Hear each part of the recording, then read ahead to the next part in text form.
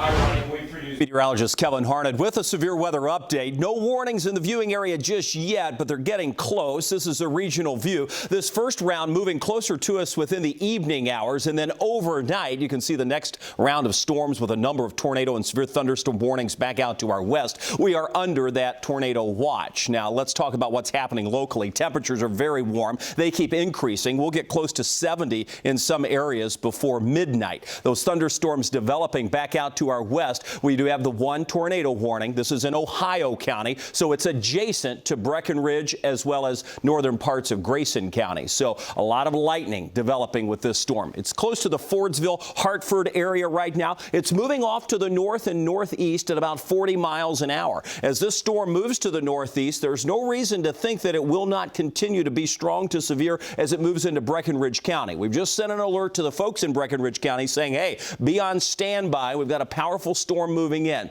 There are spotters that are on this storm. They've seen nothing too ominous at this point, but nonetheless, radar indicated, and when we look in, we can see that rotation showing up between Beta and Fordsville. This will be tracking into parts of Breckenridge County. Will it still be rotating and still be strong is the question. We'll be here to keep an eye on it. Meanwhile, just a little note of safety. The safest place for a night like tonight, you might want to just have like a little picnic or slumber party in the basement if you have one. Get to the lowest level. That's going to be the theme of the night tonight with these storms pushing through. Oftentimes we find a closet or a bathroom to be that place, but it could be any room as long as it's in the center, an interior room away from windows. Once again, no warnings in the Wave 3 News viewing area at this time. We've got one just outside of the viewing area. Should that move in as a tornado warning, we'll break into programming. We're going to be on all night long just so you have a place to turn to. I know these nighttime events can be a little concerning, and we want to make sure you have the information you need. So we'll be in programming when necessary, and then later on tonight you'll find us on all of our digital channels. We'll be back with more updates as the weather warrants. I'm Kevin Harned. With belly pain just wouldn't go away, despite all he did to manage his... Hi, everybody. Kevin Harned with you. It's 9:30. We do have a severe thunderstorm warning coming out of the tornado warning from Ohio County. This is a severe thunderstorm warning for Breckenridge County. I'll just call your attention that a tornado is still possible with this, and you can note that the storm has some lightning. It has weakened somewhat. The rotation has diminished somewhat. So instead of going with the tornado warning, it is a severe thunderstorm warning. Watching it closely, moving toward the Hardinsburg area. This storm has the ability to produce some very strong winds, up to 60 miles per hour. The warning is until 10 o'clock Louisville time, 9 o'clock local time there. And you can see that broad rotation still showing up, but nothing like it was when it was in Ohio County. Let me put the reflectivity back on. You're going to see some very heavy rain out of this right along US 60. From Tar Fork to Hardinsburg is where we're tracking this storm. It will eventually approach the Irvington area. I'm going to zoom out. We have another tornado warning, and now two just downstream from those. You work your way back across parts of central and southern western parts of Kentucky. These storms likewise showing signs of rotation and potential for tornadoes from Central City over toward just south of the Princeton area. And then we have additional storms that will move in overnight tonight. We're here to keep you updated. You can find the latest weather information on the Wave 3 News weather app. We will be streaming nonstop if tornado warnings are in our viewing area, and we will regardless after midnight.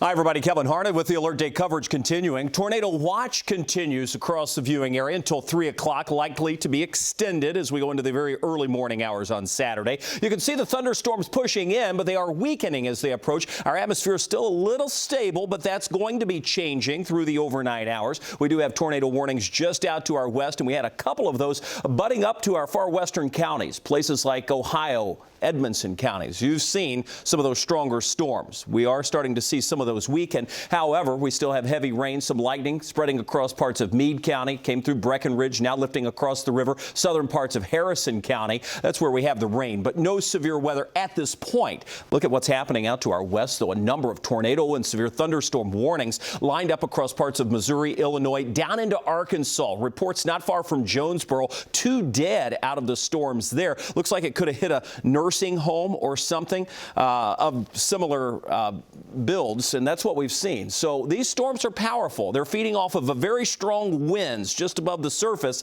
and as the night goes on, that wind field over us will get stronger, and we'll likely tap into some of this. So our severe weather threat is by no means over. It is just beginning, and the atmosphere will continue to destabilize as we head into the overnight hours tonight. So the showers and thunderstorms moving through now, while they are not severe in nature, you don't have to go too far to our west to see those strong to severe storms. This is the core of where we'll see the worst of the weather. However, our weather will continue to sort of go downhill from this point forward as well. And I do think we're going to have some warnings across our area through the overnight hours tonight. It's why we're on with hourly updates through this evening, not interrupting any programming unless there's a tornado warning. And it's why we're going to be on all night long, just so you have a place to go. We know it's rare to have a nighttime event in the middle of December with severe thunderstorms, possibly tornadoes. So we will be on to keep you updated on all of our digital streams, and when we can bump into the television programming, and certainly when necessary, we'll do that as well. You'll find us there. Now, again, we're watching the storms back out to our west, moving in our direction. Now's a great time to have a plan where you're going to be through the night. If you can sort of hunker down at the lowest level, that's going to be a good place. It's not a guarantee we're going to see severe weather overnight, but the likelihood is high. This is a pretty robust storm system moving in, and the atmospheric conditions are really in line. We certainly have enough shear in the atmosphere. There's plenty of available moisture coming up. That provides the latent heat, so we didn't see a lot of sun today, but we certainly have the heat from the moisture that's coming in, and as that continues to sort of pump in here overnight tonight, our temperature at 66 degrees, dew points are high. We have the available lift with the front moving in,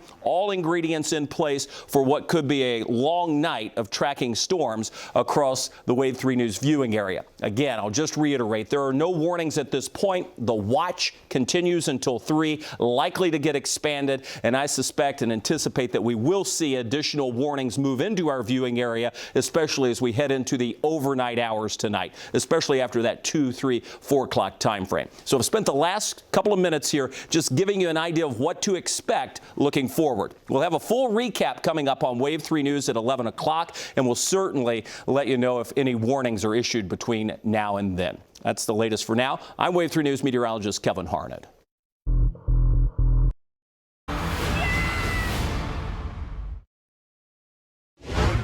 Everybody, Alert Day coverage continues right here on Wave 3 News. We have a tornado watch that's in place until 3 o'clock. It does include just about every county that we serve. I suspect this watch will get extended past 3 a.m. because we expect these storms to continue to develop overnight tonight. The good news is we have no warnings in the viewing area. We've gotten close tonight with several tornado warnings just out to our west, but the rain that we have falling across Breckenridge, Meade, up into southern Harrison County is just putting down rain. More storms on the way tonight. A full update on Wave 3 News at 11. Analysis. Taking Jardiance with the sulfonylurea or insulin may cause low blood sugar.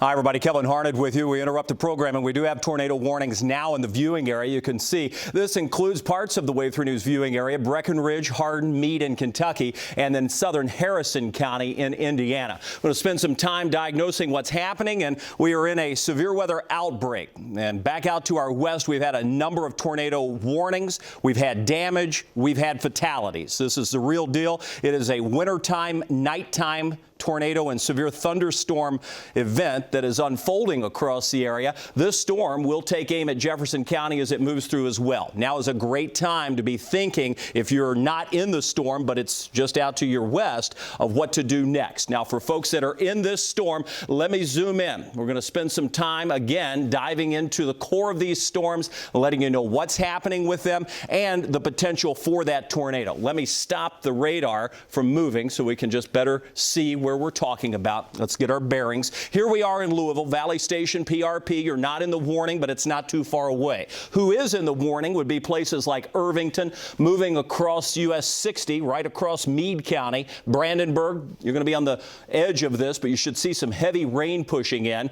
Grahamton, all across the southern part of Meade County. You need to be in your tornado safe place. Laconia, as you move south of the Corydon, Crandall area of Meade County, again, or of Harrison County, Indiana, this takes you right along the river, right over toward West Point. All of those locations I just mentioned are in the warning for this storm. Once again, it is a tornado warning when we look at the velocity that we have, and we've seen throughout the day today the very strong wind fields that we have in the atmosphere. I mean, it's howling. The winds are increasing as we speak, and that will continue over the next several hours. So you can see where the reds and greens merge together, a little bit, again, rotation. It's not as tight as some of the ones we have been seeing. However, it is showing on radar. This is a radar indicated storm. And when, again, we look at, as we query the storm, look at the details that we have about it, the gate-to-gate shear in this one instance, not all that impressive, but that's not the case everywhere. Once again, when we look at the regional view, you can see what we're talking about. Lines of storms feeding off of the upper-level wind energy. As these storms move in, we're going to really not have much of a problem at all to see these storms rotate and in some cases put down tornadoes. We have additional tornado warning over toward Ohio County. Parts of western Breckenridge should be on standby. So we've got western and eastern parts of Breckenridge County we're watching, southern parts of Meade County, southern parts of Harrison County, Indiana, and then the far western and northern part of Hardin County. Again, it is a tornado warning for this storm moving rapidly off to the north and east at about 55 miles an hour. So the storms are moving fast. They're going to put down heavy rain, but initially the flooding is not a problem. It's all that junk back out to the west as it moves in, one after another, putting down heavy rain where we could even see some flooding issues. But the main threat tonight is going to be wind, both from straight line winds and tornado potential. And that's exactly what we have going on in the viewing area. So again, I'm going to zoom back into it and I'll stop the radar. We'll focus on what's at hand, and that is the tornado warning just to the west of Louisville, just to our south and west. So Irvington, the part of this storm is pushing past and will soon be out of your area. So it's not going to stay in Breckenridge County very long. It will be Meade County that takes the brunt of this storm right along US 60. We've had already tonight 2 fatalities over near Jonesboro, Arkansas, a massive tornado that was on the ground in Mayfield, Kentucky, a tornado emergency declared there where we could see the debris on the radar. Again, as the wind fields increase, there is a chance, as we see some inflow into this storm, that we could be dealing, let me just zoom into that and then we'll sort of telestrate on it. So we go back to our tools, pick out the draw, and again, we could be, seeing this potential here. Again, it's all potential. It's nothing that's guaranteed. We have this storm now moving out of Ohio County at about 50 miles an hour. This storm itself moving at 55 miles an hour. Again, very strong in terms of what we're looking at with the ingredients of the atmosphere that we have to work with. So there is no problem seeing these storms intensify. I'm going to go back to our home view here, and as we zoom back out, let me just put on the debris just to take a look to see if we see anything showing up. A lot of lightning, and it's the lightning, that's an indicator too. As the lightning intensifies, that's what we're watching. We really have the 2 storms that we're watching close to our area, one in the viewing area, one approaching. No debris at this point with those storms that we can see on radar at least. And then let's take a look at the winds. That's the velocity, and let me zoom into that. And as we take a closer view of that, you're still going to notice we have right across, now moving across the county line, where we see that rotation pushing through. And that's exactly what we've been watching all night, is these storms develop, they move into the favorable wind fields, and boom, they start twisting, and they can certainly put down a tornado. We have our team that will be assembled here all night long. Ryan Hoke's been here through the afternoon. We're sort of staggered about, and you can see Ryan's looking inside that storm as well. We have a lot of eyes on the radars. Let's get over to Ryan just to take a view of what you're looking at, Ryan. Same thing that I'm looking at, and that's the velocity. Yeah, the velocity at this point, we're not seeing any telltale signs of confirmed sort of tornado tornado activity with this particular storm. This is again out of an abundance of caution. We've had no reports of damage from this at this time. We continue to watch a little area near Irvington right there. This could be a little bit of what we call just a little bit of interference with the radar. Not quite sure yet at this point. We'll put on the correlation coefficient like our debris detector there, and you can see there's a little bit of concern there near Irvington right now. Again, if you're inside of this tornado warning polygon, you need to be in your safe place. The reflectivity doesn't line up with that, so I do think that's a little bit of an error in the radar data there. We're continuing to monitor this storm. We're continuing to monitor the storms out to our west. These storms out to our west have been deadly tonight, and we just had a confirmed tornado go through the Mayfield, Kentucky area, Kevin. So rough night for the Commonwealth, and it likely will be continuing to be a rough night. Yeah, this is just the beginning. So for folks that are maybe been out tonight and you've had no problems going to dinner, you're like, hey, this isn't all that bad. It's raining in Louisville, which it has been, but we've had no severe weather. That's going to change. We have several rounds of storms that will be moving in. As these storms move in, favorable environment for not only wind damage, but tornadoes. We're going to see a number of warnings that will be issued through the rest of the overnight. I'm going to zoom back in again for folks that are hearing me in Meade County, southern, the very southern part of Harrison County, the very northern part of Hardin County. You've got to be in your tornado safe place. This again is where you have to be. I'm going to just stop the radar so we can take a closer view. We'll take a look inside the storm with the velocity scope. These storms aren't producing a whole lot of hail at this point, but they sure have been rotating, and they have the capability of producing some very strong winds. So right along US 60 is where we would see the best chance. Moving through the Irvington area, just south of Brandenburg, some heavy rain there, but more importantly is the wind. And that's going to make its way right over toward the Muldrow area of parts of Hardin and Meade counties. So you've got to be on standby for that to continue to move out. Again, the radar view is going to show that the tornado warning includes parts of Breckenridge, that's the now far north and eastern part of Breckenridge County, Hardin County, only the extreme northern part of Hardin County, the southern part of Harrison County, and the bulk of this is in the Meade County area. This is radar indicated, so it's not confirmed. We've had many tornadoes tonight confirmed. Spotters have seen them. They've done damage. They've done some major damage across parts of southern Illinois, Missouri, down into Arkansas, western Kentucky. So there's no doubt that as we track these storms tonight, all we can say is, hey, the radar is indicating the fact that there could be a tornado. The atmosphere is certainly primed. You've got to take them serious. We've already seen it time and again tonight that we've had a number of issues with these. Back inside the storm we go. Again, to the velocity.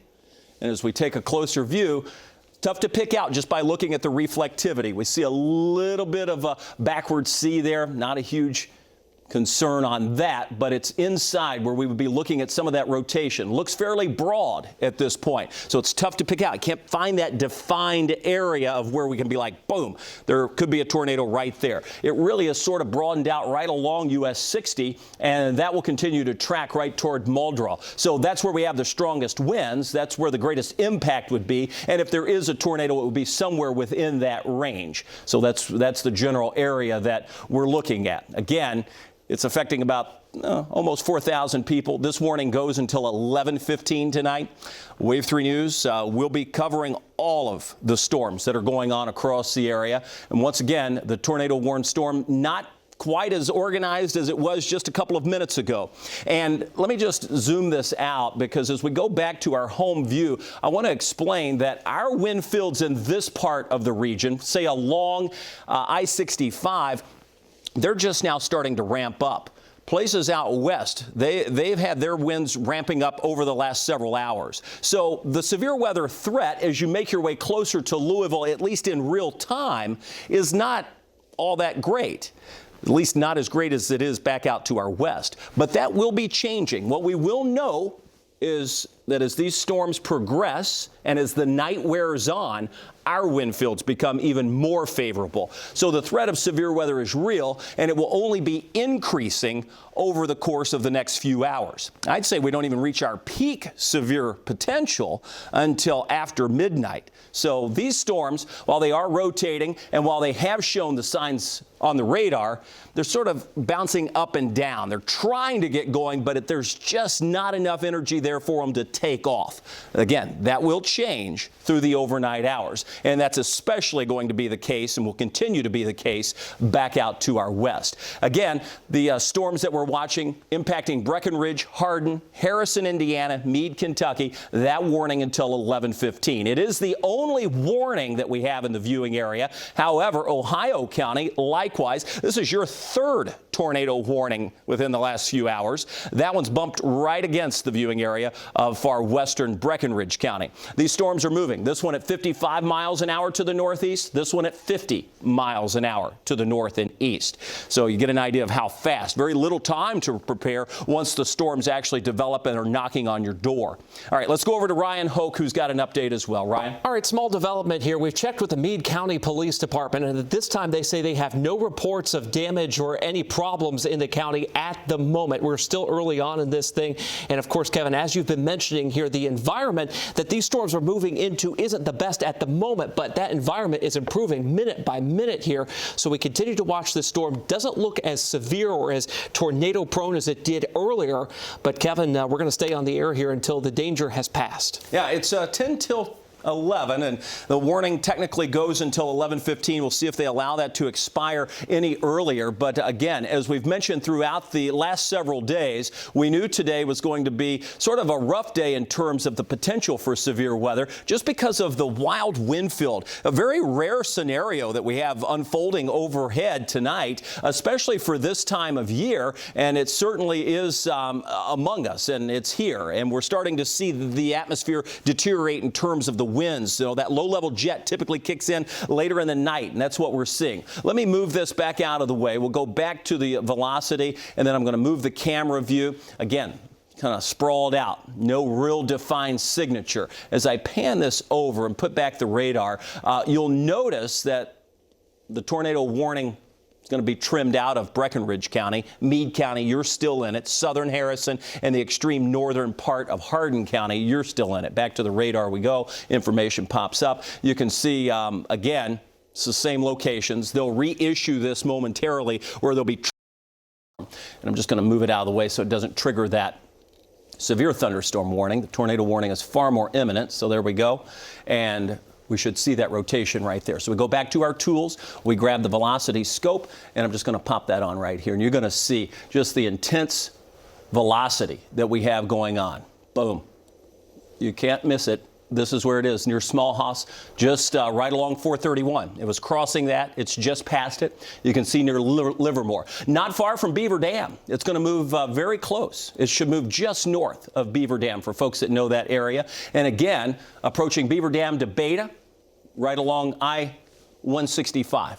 Then it takes its aim toward Fordsville and then pushes across the county line into Breckenridge County. Again, this is so serious because of what has unfolded tonight. I'm going to show you a regional radar view.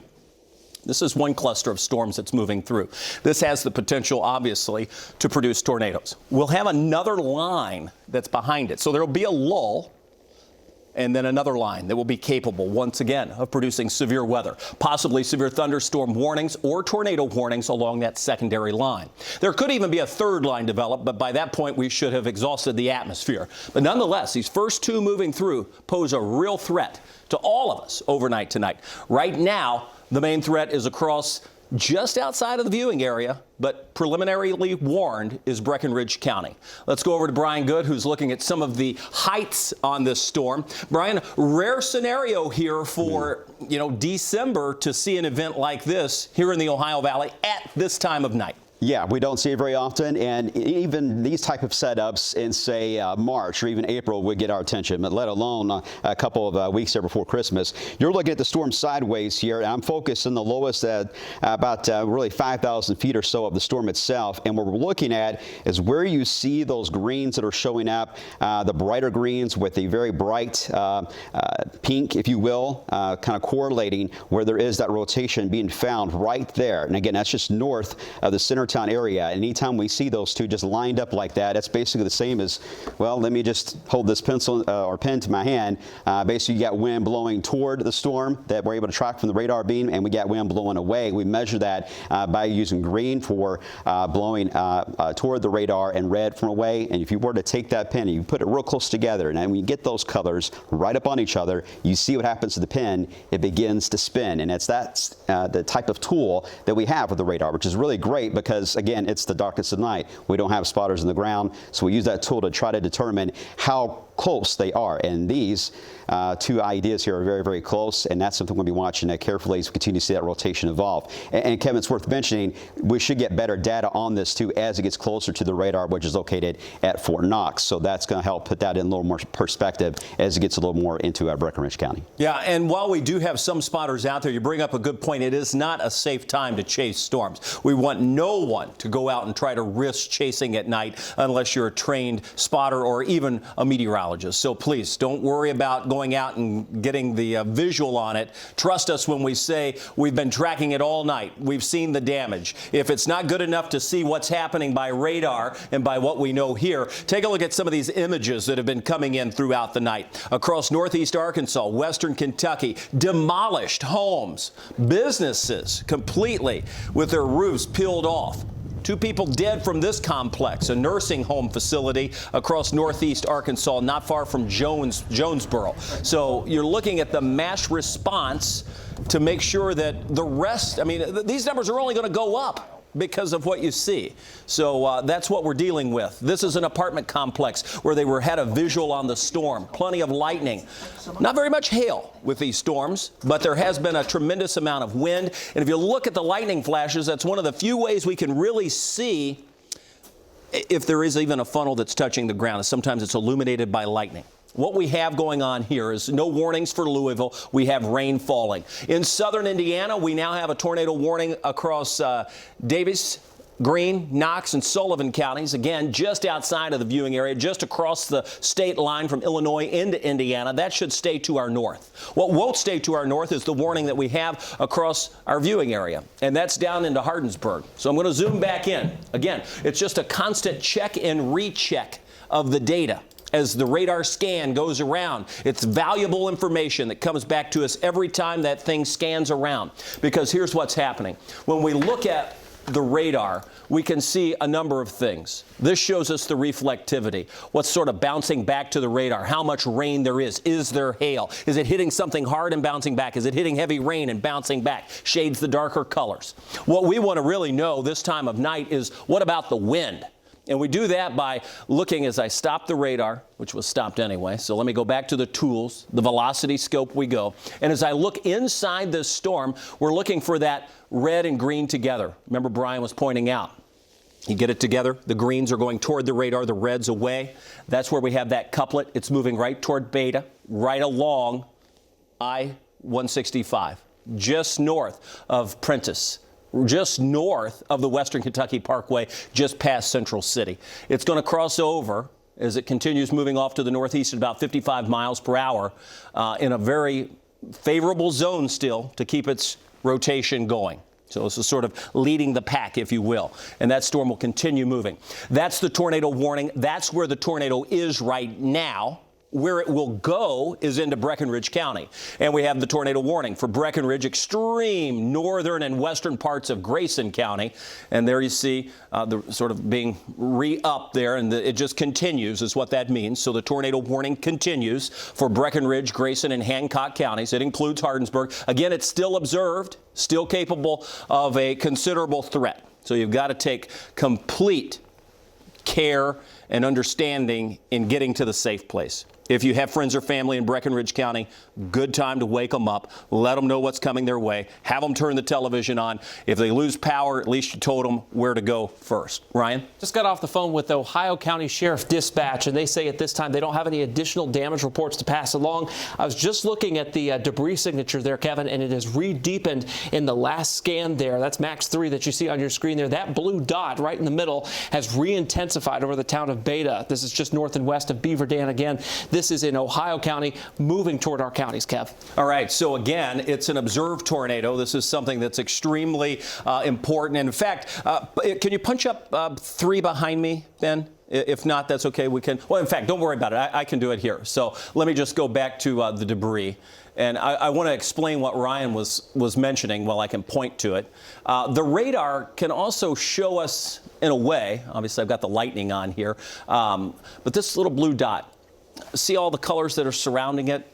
And that one sort of stands out. That's an anomaly. That means something there that shouldn't be. And oftentimes it is debris. That's an indicator that that storm, that tornado, is on the ground. So we don't always have to have a pair of eyes on it. If you can see the debris from the radar, which that's apparent, just north of Hartford, it's going to cross over 231, just outside of our viewing area. This storm has been on the ground. It's produced tornadoes. It's produced damage. It's killed people. It's on the way. It's going to move across Ohio County, and it's going to move right into the far western side of Breckenridge County. Now, whether it maintains its intensity, you know, it sort of throttles up and down. That's the way these work. It's been throttled up more than not, and it certainly deserves attention. And I'm going to go back to the radar view here. That's what it looks like in terms of reflectivity, some very heavy rain. And by looking at that, you can't pick out a whole lot. But when you go into the debris field or you go into the velocity, I'm just going to pop full velocity on here, you can see where we have that rotation. So by the rotation we have it, by the debris field it looks like we have, that would be indicative of a tornado on the ground. Sunnydale is next in line. That's a place that you don't have much time if you're there. Let's go over to Brian. Brian? All right.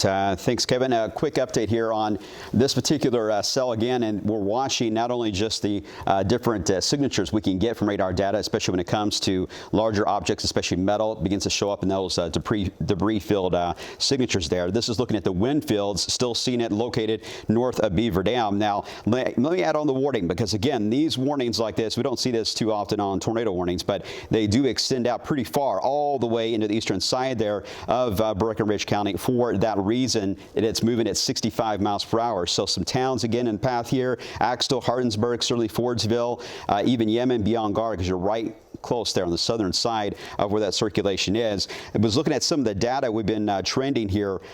We were able to at least look at some of the modeling when it tries to pick out some of these supercells, and this is a model run from a little earlier that picked up on that supercell forming. It takes it right into Breckenridge County, at least the northern part of it, and notice what it tries to do. It tries to fade it out once it gets closer to the metro. It's not a guarantee that's going to happen, but I like that signal, and I hope that's the true reality we get here. But it is remarkable how well the modeling did on picking out the idea that that cell is moving in that direction to the northeast. So we're very confident that this is going to hold together at least into the Breckenridge County area. And when you think about that modeling, I mean, that was way back this morning. I mean, for something to even see that would be potential, that's incredible. Yeah, and we're going to be analyzing that over and over, because it's got more updates to come throughout the overnight. So if we see other signatures like that, we'll let you know. But certainly the first round here anyway, we hope it's the last, but we know that no better than say that at this point. But this round in particular, this is the main supercell that looks like it has a good chance to go through at least Breckenridge County, and let's hope it fades after that. Yeah, certainly pulsing back up. It is definitely in an intensifying stage now. We can see that looking at the reflectivity. We can see that looking at the velocity, which is on here. So this storm, again, remember we said the throttle up and down. It sort of goes through its cycle, and then it might weaken a little bit, but then boom, it catches a nice wind field and it strengthens back up. And that's what we're seeing with this storm. Look how fast it's moving. I told you, Sunnydale did not have much time. It's on your doorstep. It's there. Now, again, this is just outside of our viewing area, but what is not, we'll go back to the radar view here, and then I'll go back to our home view. Let me put the scope on so I can use that in a second, and then back to the home view. But and what I want to point out is that while the storm is still several miles just to the west of the viewing area, as Brian mentioned, it's moving so fast, 55 to 60 miles an hour. It's not going to take it long to move into Breckenridge County, and that's why you have to have a plan. You have to be in your tornado safe place.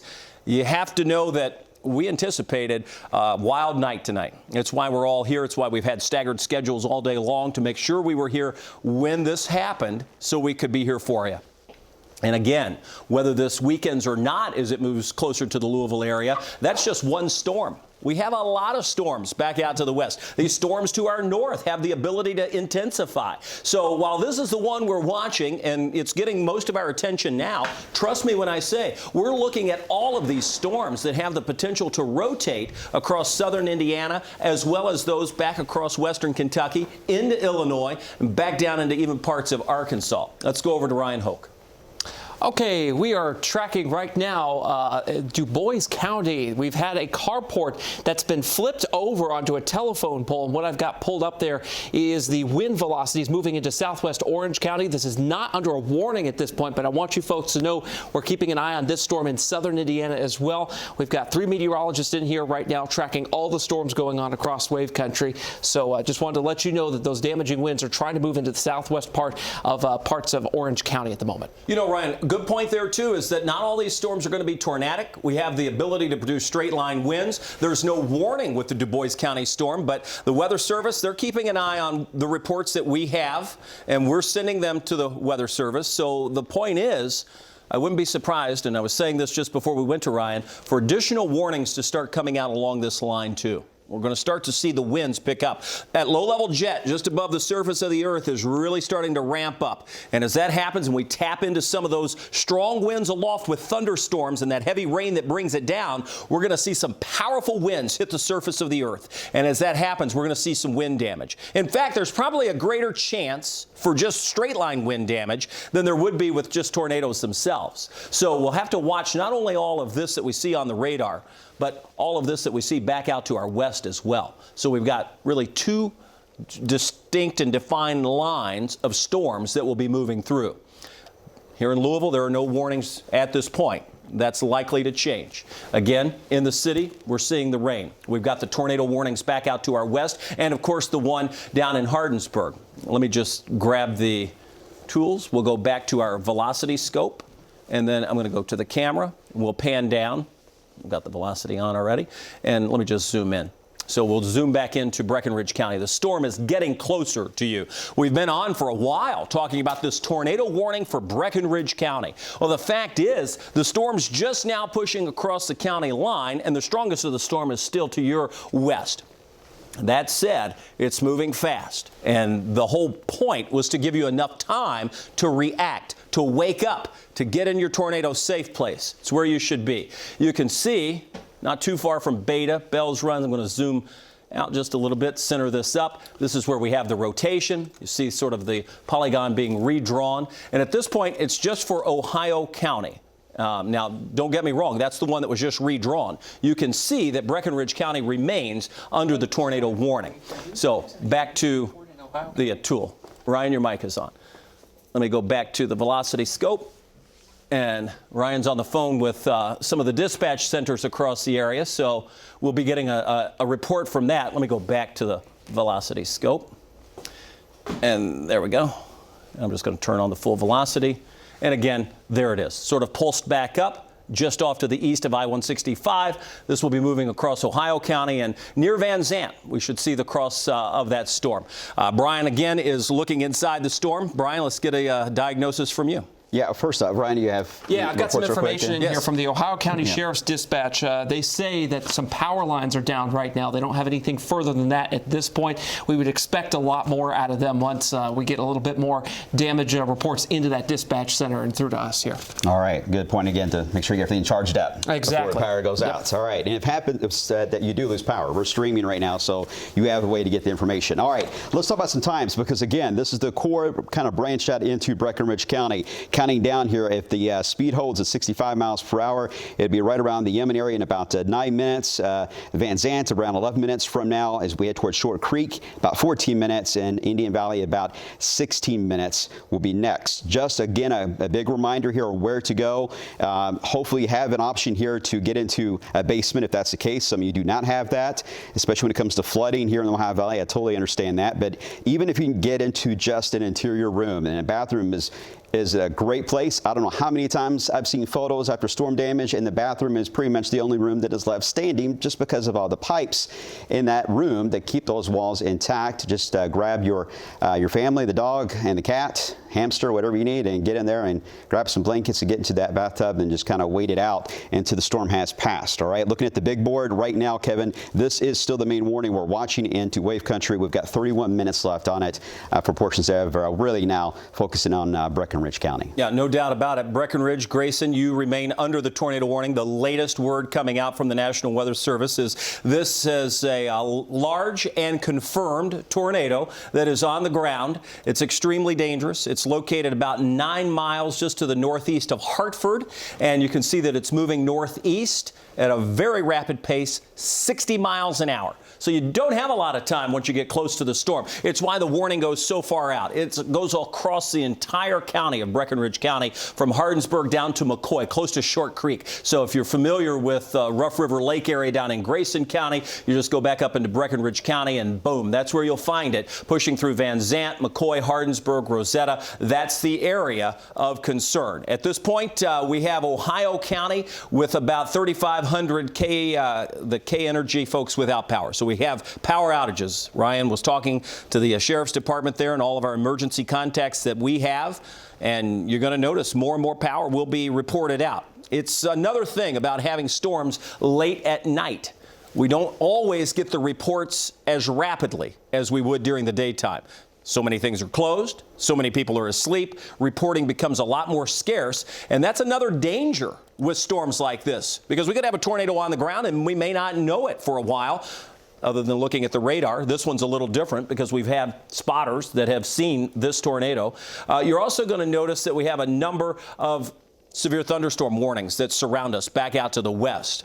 Those will have the ability to produce some very strong winds too. So even if tonight, as the night unfolds, if you get put under a severe thunderstorm warning instead of a tornado warning, you're going to have to put the same plan into action, because the wind speeds are the crazy part of the whole thing. We tap into those very powerful winds just above the clouds. We're talking about major winds coming right down to the surface. And regardless if they're straight line winds or tornadic winds with rotation, they're going to cause some major damage, and they're going to cause some power outages. Make sure you have your devices charged. Not everybody's going to need them, but there will be places that certainly experience some of the issues that we've had. Once again, that tornado warning continues. I'll just put on the velocity once again so you can see where the rotation is now.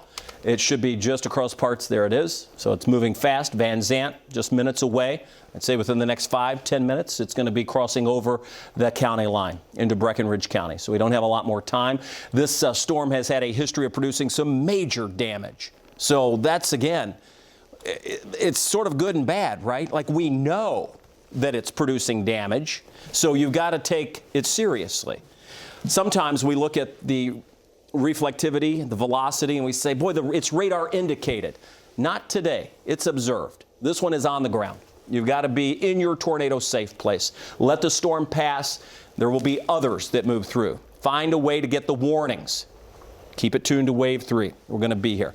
All right, so that's where we're tracking the storm. It's just about into the viewing area, and that's what we have. We have a number of ways that we're getting information tonight.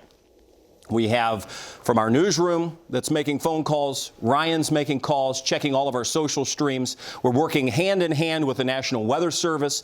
And let's go over to Brian Good for some of the latest on that. I see, what's the deal with the trailers? I see something come out. Mobile homes?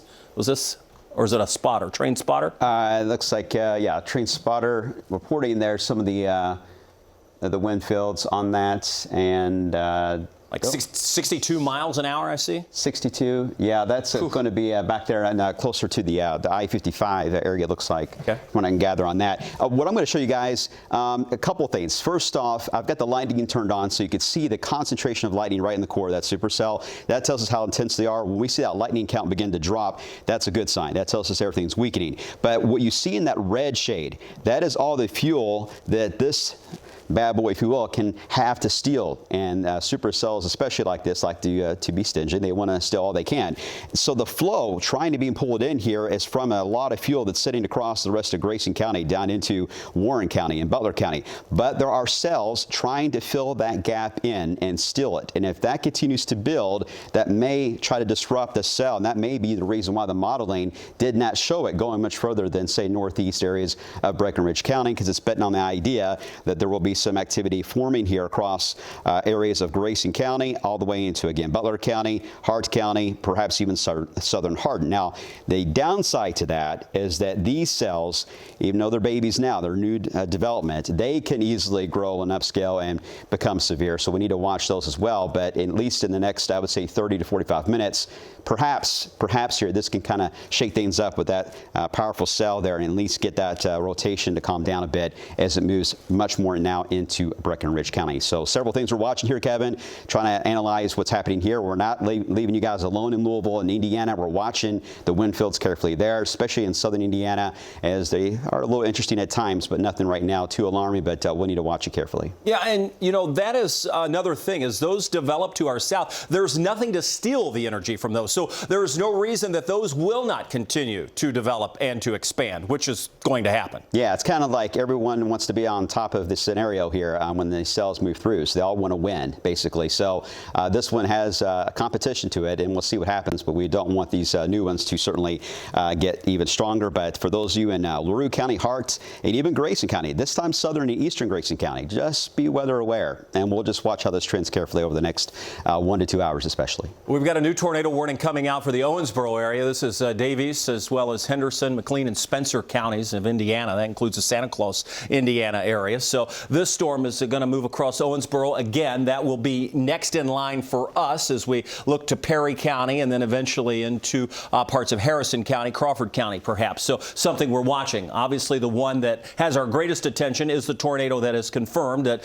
will continue to be moving to the east. Again, the Owensboro storm is radar indicated, the one that we've been watching throughout the night, the one that's to our south. And I'll just move this down just a little bit. To our camera tools we go. Let me just pan this over. It'll switch that warning for us as we move this, and you'll see the Hardinsburg area remaining under that tornado warning. Again, confirmed and observed, and it's just now approaching that county border from Ohio County right into Breckenridge County. So as Brian pointed out, while this one has our attention because we know the history of it and we can see what it's doing, that's the beautiful part about our team. We're constantly analyzing the data of other places, making phone calls, aggregating the data, making an accurate forecast to move forward, and delivering it all in one swoop here. So you're sort of seeing real time the way we work every day, but most days aren't quite this rambunctious, thankfully.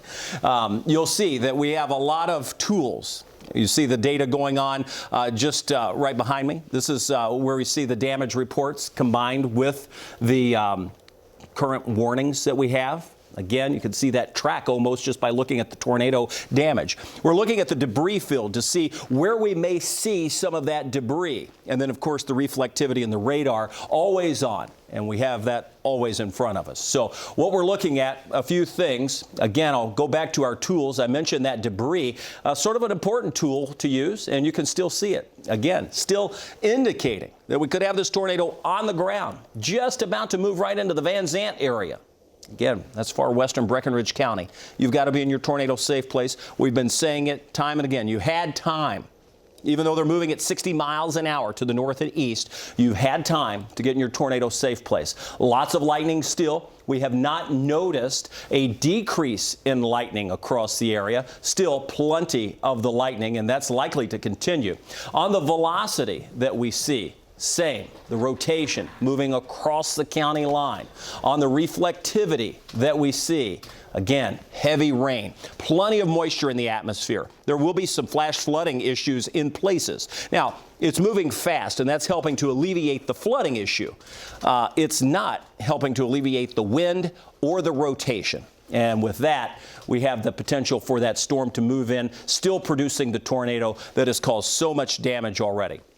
We've mentioned it, we've shown it to you, and now it's time to get real to say, as this moves across Breckenridge County, we don't want to lose any life. We want to make sure that people stay safe.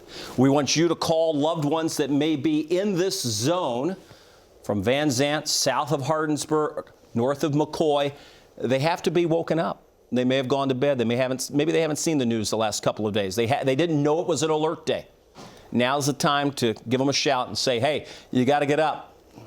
If you're in a mobile home, you're in a bad spot. You've got to get out. You've got to go to the neighbors, try to get low. But whatever you do, get out of the mobile home, get into a solid structure. If it has a basement, that's great. If it doesn't, stay on the lowest level. Let's go over to Brian. All right, thanks, Kevin. Good points there. Again, get into the lowest level, but again, those interior rooms, even a closet, is a really good idea. Ryan tried to warn guys just last night. We were talking about how you just need to get out of a mobile home if you can for this kind of a setup here tonight. Now, you're looking at the radar's interpretation of all that rotation. You can certainly see where you got more of the purples, even a couple yellow spikes. That's when Ryan was talking about how he was seeing that debris ball that was showing up on the radar. Now, as that follows right in the middle of where that tornado warning is, as it moves into the Breckenridge County area, we're not seeing as strong of a signature, more of the lighter blues showing up, but still something we need to watch carefully as that continues to move to the northeast. I will say, Kevin, Storm Prediction Center is already highlighting that this is likely to be a significant tornado, likely that will be developing here out of Tennessee. I'm only going to mention that because right now there's not much that would shift its track at all. At least by angle, gives us much more time to track it. But certainly for those of you in the southern part of wave country, that is where we're going to be watching off to the south there. And it just goes to the conversation we had just a few minutes ago about those southern storms sort of stealing that energy. Yeah. The more we can get some of that going here, that would be great. But unfortunately, some of those that are trying to steal it are moving right toward us. Yeah, and that's the bad part. Yeah. So it'll be a constant flux as the night goes on of where the strongest storms develop. Right now in our area, it's the southernmost storms feeding off of those strong southerly winds coming in. Lots of moisture, lots of dynamics and thermal dynamics working against us with this. And that's why we have the tornado warnings down across parts of southern Breckenridge County. We also have Davies and Henderson and McLean and Spencer counties, too, under the tornado warning. That's outside of the viewing area, of course. Again, let me just allow me to show the velocity. This really tells the story. We use it so often during severe weather outbreaks, and especially when we're tracking the rotation. This is the only warning we have. If people are watching, you're like, oh my gosh, Breckenridge County again, why? I know it sounds repetitive, but it's the only warning that's out there. And the fact is, all of us are under a threat tonight. This is the only warning. Not only is it the only warning, it's observed. We've had the tornado on the ground. It's now in Breckenridge County. You can see that rotation near Rockville. This is where it's going to continue moving off to the north and east. Should stay just south of Hardinsburg, so some good news there. It tends to be the most populated area, moving across a rural area. In fact, let me just zoom in. I'm going to leave the rotation on, and as we go back, I'm going to zoom in as we click that, and I'll try to point out some of the towns. I know there's not it's a pretty sparse area. I've been there many times. So there you see Rockville, Van Zant, there's Glendine, right along 105, just south of 261, close to the Dempster area, moving over toward Axtell. You start to get close to that, you're near the Rough River Lake area. Again, this is where we have the rotation. This is where it would be from Rockville to Glendine, right toward this is the border of Grayson County, so Breckenridge. This is Grayson. This is going to be moving right toward 105 and 108, right where it forks off. That is the zone. It's mainly south of 261. For folks in that area, you know exactly where we're talking about. And as we move, let me just go back to our camera, and I'll pan it over. So as we move this, again, you'll see some other places sort of pop up. And there you see it. There's McQuady. That's going to continue moving. It's going to get close. I mean, McQuady is close to that. Axtell should be bound between the two. So that's a very concerning area that we see. So I see where a number of folks, if you're looking for shelters in the Breckenridge County area, remember I mentioned the mobile homes are not safe places. Spent a lot of time over my childhood and in my adulthood down at Rough River Lake. So I know the area. I know on the lake especially there are a lot of mobile homes. It's a place that you can take shelter at the state park. So you can go there in McDaniels, and the old courthouse in Hardinsburg, Irvington Baptist Church, and the Cloverport Firehouse are all places that you can go to seek shelter in a safe place. It's getting close. You don't have a lot of time, by the way, because it's pretty much knocking on your door, and it's moving at 60 miles an hour. So that's something that we have to be mindful of. You don't want to get caught trying to get to a safe place and having it move across you. The rain is heavy. It's going to slow you down, no doubt about it. Breckenridge, Grayson counties, it's observed. It's under a warning until 12 o'clock your time, 1 o'clock here in Louisville. That's another 15 minutes. Again, that's what we have going on. That is the only warning. I'm going to go back to our home view as we kick the radar back on to our camera view, and then home we go. And then we'll check in with Ryan Hoke coming up in just a minute, just to see if there are any other reports coming out, because today has been a violent day, especially with this storm that we're tracking. It certainly has caused some major problems. So let me just mention a couple of things here, and then we'll jump over to Ryan. Southern Indiana, there are no warnings at this point in the viewing area. You have heavy rain in places. Go south of the river, we have the tornado warning, not only for Grayson and extreme northern Breckenridge, which it's already passed, but back out toward the Owensboro area. We do have the tornado warning. Again, that one is radar indicated. Those are the warnings that we have in place. The damage that we've seen has been horrendous. Ryan? Yeah, at this point, it looks like that Ohio County is still just reporting those power lines down at this point. We're still trying to get some more damage information. We're likely going to be making some phone calls here real shortly to southern Breckenridge County here. I wanted to show you this image right here where it shows we have two distinct areas where debris may be on radar moving into Breckenridge County. The northernmost, we're not terribly confident on what that is, if that's another tornado or what's going on, but the second of those on the southern edge near Rockvale, that is absolutely tornado debris on radar. You need to be in your safe place. This is along the northern edge there of Grayson County. Kevin, I'm getting ready to make some phone calls here as we are just getting this into Breckenridge County. Want to make sure our first responders and our emergency personnel have some time to go through and figure out what is going on and what is on the ground before I give them a call here in just a moment's time.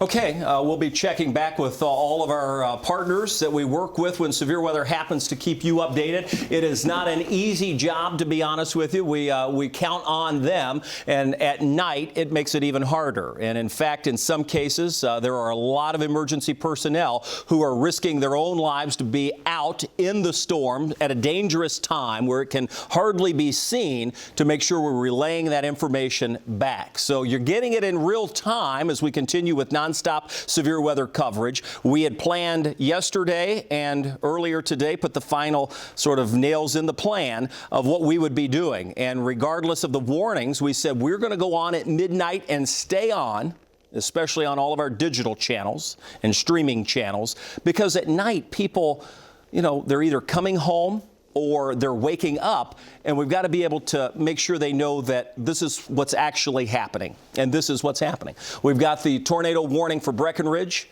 Grayson is just about out of this, so no huge problem there.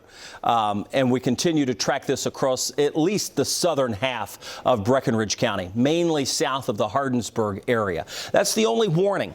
The rest of us are under the tornado watch, and that's until 3 a.m. It's likely going to sort of get extended and sort of expanded as the night wears on. So the severe weather threat does not end at 3 a.m. is what I'm saying. This will continue into the early morning hours. Again, if you have a way to receive the warnings for your location, like the Wave 3 News weather app, the NOAA weather radio, then if you want to drift off and get some sleep, make sure that warning is able to get to you. When that alert goes off, turn the television on or log on to your device and we'll be there. So I just want to give you a heads up that it's going to be a long night. We're going to be tracking these storms. They're not all going to be severe. Not everybody's going to have wind damage, but we will have a few places that see some powerful storms. We've already seen it out to our west. We've had images coming in from northeast Arkansas. Roofs peeled off of a nursing facility. 2 people dead there. We had a Dollar General store that I saw that was just crushed. I mean, it was just like the wind blew down and exploded it. We had in western Kentucky in Mayfield, the courthouse that was destroyed. This is, what is this? Edwards. This is Edwardsville, Indiana. Or in Illinois. This is Edwardsville, Illinois. And there you see the fire truck that says it. So some type of shopping complex. You see the construction, which is very business-like, where they have those kind of aluminum plates that hold the drywall. It just peeled the whole thing off. Look, I mean, when you look at how huge that place was, I mean, those are actual cars and ambulances out there. It's just ripped it all apart. So that's what we're dealing with in the terms of energy tonight. The atmosphere is on fire. And it's not going to take a whole lot to bring some of those winds down to the surface. It's why we've cautioned everyone across parts of Breckenridge County to be on standby in your tornado safe place. This storm itself has had a history of producing damage just like what you saw.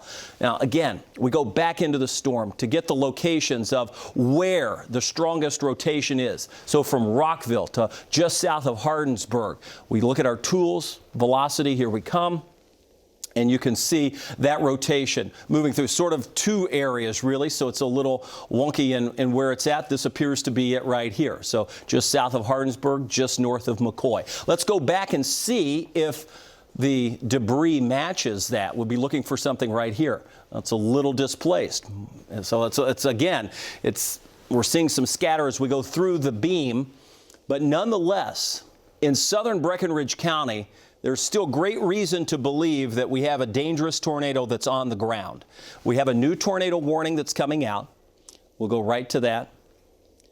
And again, this tornado warning is going to be for the same storm. It's being expanded. So this is for Hardin and Meade counties. It's just sort of getting it expanded out.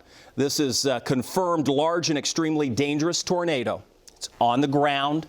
Again, we are tracking this. It's just now, we're looking at it, but it's about 7 miles south of Hardinsburg, moving to the northeast at 60 miles an hour.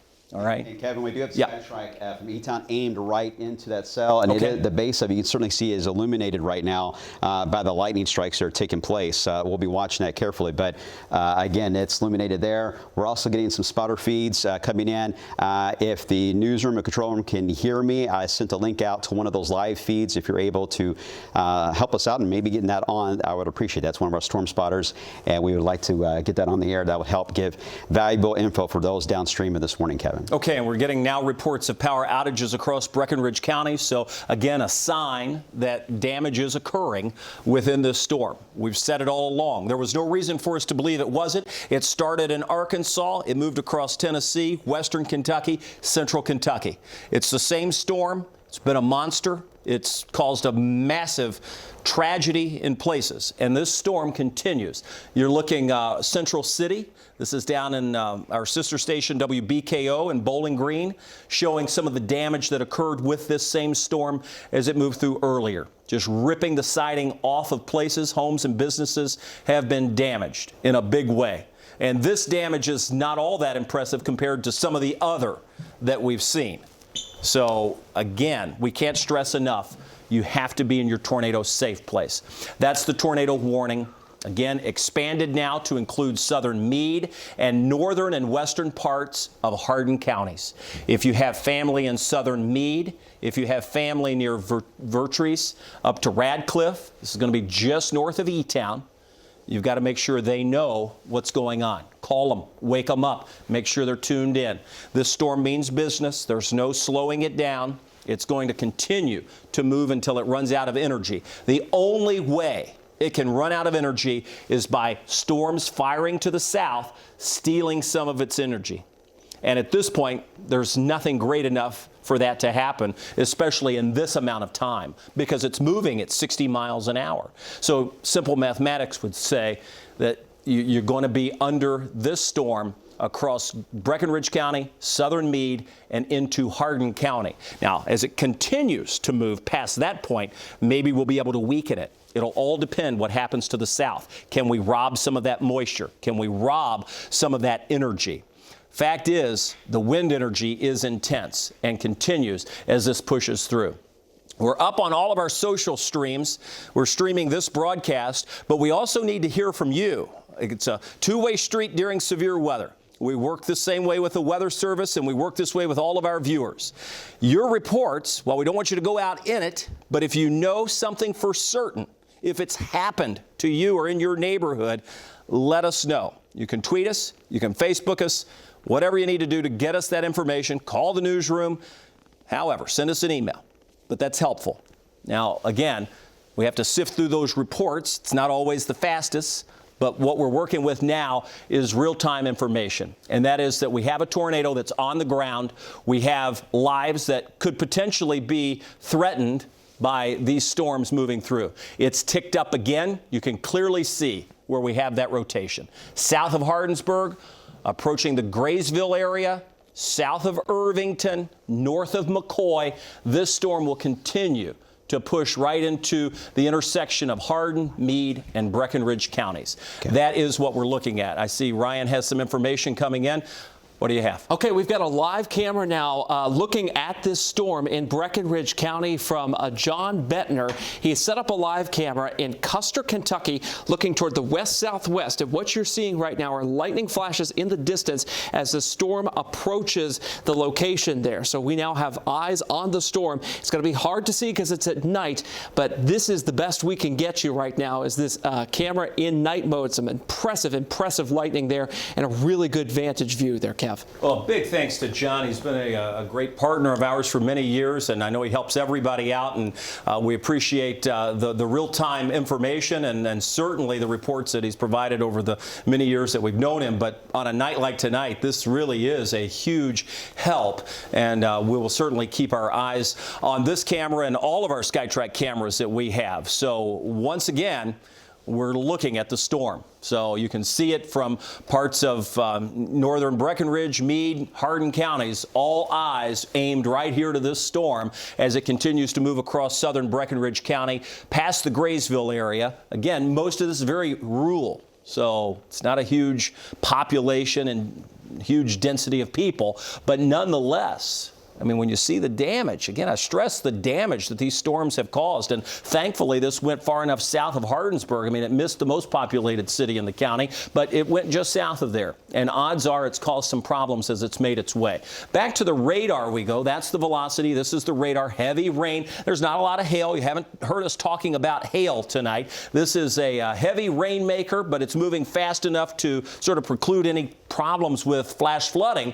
But what it's not precluding is the wind. And we have a tremendous amount of wind energy. The tornado is on the ground. It's moving across southern Breckenridge County, and it will eventually cross into southern Meade and perhaps northern parts of Hardin County. It's why you have to be prepared in the lowest level, in the basement. When we look at this, it's not the only storm we're watching. Remember earlier, if you were tuned in, I said we're always scanning in the background. Brian Goods keeping an eye on southern Indiana. Brian? All right, Kevin, now I'm watching right now. This is going to be into the northeast side here, Jackson County into Jennings. Some weak rotation here, nothing too worrisome at the moment. There's no warning that is out for this. We'll be watching it carefully because it is still in the fringes there of wave country, moving into an environment that is just now starting to lose what we call its lid or its shield, if you will, that is now beginning to fade away. So that becomes a little more of a risk for it to try anyway to get a little more organized. But it's a pretty messy setup. And what I mean by that is it has several thunderstorms competing in that area, and I'm hoping that will keep any type of rotation a bit more disrupted. So for those of you in that area, we're watching it in Louisville. Obviously, a lot of you right now watching are in Louisville, and we've had a lot of lightning strikes and some thunder. We're waiting to see how this is going to evolve as this moves out of the area and becomes a little more of what looks to still be a supercell, but we got to watch to see if we get kind of that S shape to it. And if we do, we may end up with both damaging winds and a potential for a tornado to develop along it. So we end up with a double threat that will happen with this. I already reached out to my mom in Bullitt County. I said, Mom, go ahead, get in your safe spot. My dogs are already pretty much in their thunder shirts already into Louisville right now, getting ready. So this is going to be one of those setups where it's going to be a pretty loud setup. In fact, the lightning count, not as tremendous as it was earlier, but it is certainly there. One last thing I wanted to show you, Kevin, is in looking at the tops of these thunderstorms, we can measure that as well. And this supercell was up there at about 45,000 feet at one point as it was moving across there into the western side of Breckenridge County. Notice, and that's where you get that darker brown, if not a little bit of red. Notice in the past couple of moments, though, it went back up again. And now let's see the latest scan I'm getting on that with the tallest top stairs coming in about 50,000 feet. And we only have to go really about a good 5,000 feet or so up before you start running into those wind fields that are going to be over 75 miles per hour. So even a heavy shower in this kind of scenario can bring some of these winds to the ground level. That's the reason why, even if you're not under a warning, you can still get some wind damage tonight out of these. Well, and you could point out that we're getting closer to the radar, too, which will certainly, as you mentioned earlier, give us even better data as we get closer. Now, as it goes right across the radar, we lose the data because goes out instead of straight up. So that'll be somewhat of a problem as this sort of takes aim very near the radar site, which is in Fort Knox. Again, the warning that we have is for Breckenridge, Hardin, and Meade. It is a tornado warning. It goes until 12:30. That's Central Standard Time. 1:30 our time here in Louisville. We're at 1 o'clock now, 30 more minutes on this warning. Plenty of lead time. That means you got time to get to the lowest level away from the windows. Now is the time for folks in southern Meade, northern parts of Hardin County. Even if you're in far eastern Breckenridge County, you're just waking up. You're hearing the wind, the thunder, the lightning, and you're like, hey, what's going on? Yeah, you've got a tornado. It's bearing down on you. That's what's going on. You've got to get to the lowest level right now. You don't have a lot of time. I'm going to play this so you can see the general motion of the storm. Moving super fast. This is moving at 60 miles an hour. And as this storm continues in that movement, the warning, the polygon that we have drawn is about 40,000 people affected by this one warning. All of us are affected by the threat of severe weather. This is the most imminent. Let me stop the radar view and we'll again take a close view of where we have the rotation showing up. And we'll look to see if we have any type of, I'm going to use the scope. And we'll go, it should be very close to Stennettville here. There it is. So that's the rotation.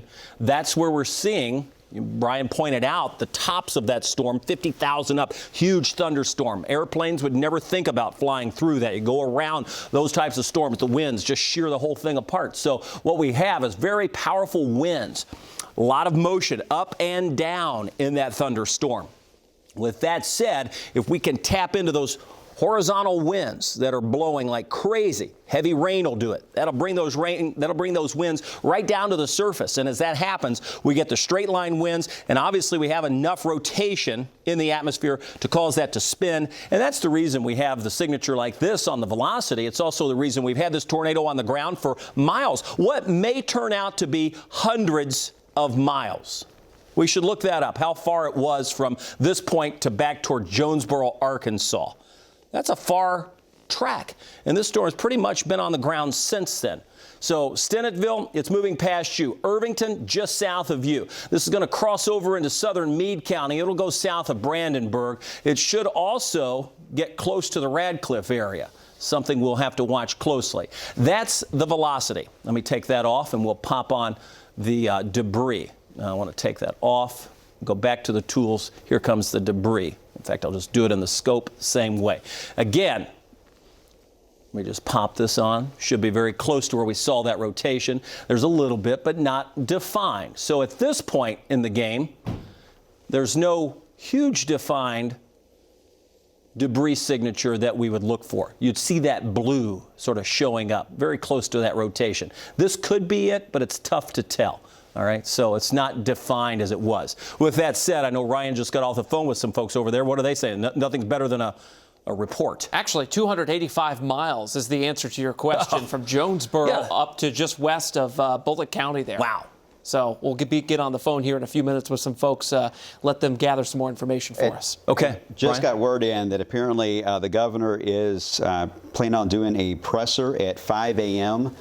Coming up in regards to that damage that we've had there in western Kentucky. We've got a few hours, but just kind of a heads up. That's when our sunrise show normally would start anyway, but just FYI that we will likely be hearing from the governor later on this morning. Yeah, well, we're not going anywhere. We're going to be here all night right through that time, so you're stuck with us tonight. Thanks for inviting us in, and we'll get you through this even as these storms continue to roll through. Again, I just have to caution folks, southern Meade, northern Hardin. I know it sounds repetitive, but you've got to be in your tornado safe place. Again, this storm now radar indicated, so I'm hesitant to say that this storm is no longer on the ground when we looked at the debris signature, but it very well could be at any time. So this is, again, the tornado warning continues until 1:30 Louisville time. We still have 25 more minutes on this. I'm going to go back to a wider view of the radar because I want to point out while we have that tornado warning in our viewing area, there are a lot of tornado warnings right along the Kentucky-Tennessee border.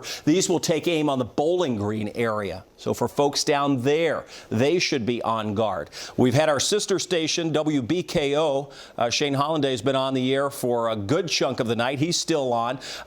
And we have have a number of weather partners that we communicate with. We're the second largest television station group in the country, so we can tap into a lot of resources. We have a lot of meteorologists in our network, and that includes folks back out across Jonesboro where they've had major damage. It includes the Memphis, Tennessee area where they're just now getting a tornado warning for Memphis itself. So Ron Childers, our cohort down there, and our colleagues on the air, making sure people are safe in Memphis. Here at home, we're watching you down to our south in parts of Bowling, and not only Bowling Green, but here in Louisville, in parts of Breckenridge County, as well as parts of Grayson, which it's just now passed, northern Hardin and southern Meade counties. That, again, the warning that we have, radar indicated, impacting a decent, meaning large group of folks across that area.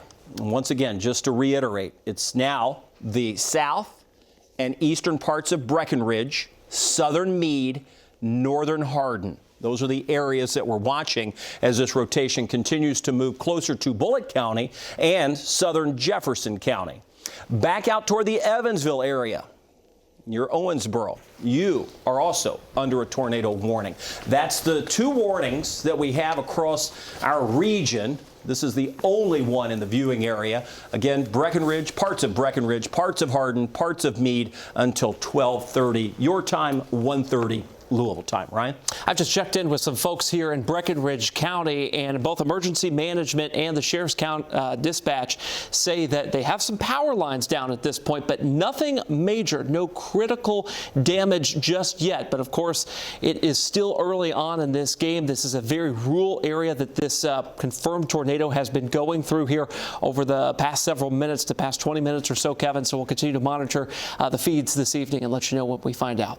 We have some strong winds that are happening across the area too. I'm getting some reports of some power flashes, or at least kind of going on and off across the viewing area. With that, wind speeds here in Louisville gusting to 26 miles an hour, but certainly embedded in these lines, we could have the threat of winds, 40, 50 miles an hour just with the thunderstorms themselves. Obviously, this is the only warning we have. Winds with that would likely be higher, but again, we cannot rule out, especially on these southern storms as they develop, for additional severe thunderstorm or tornado warnings to be issued.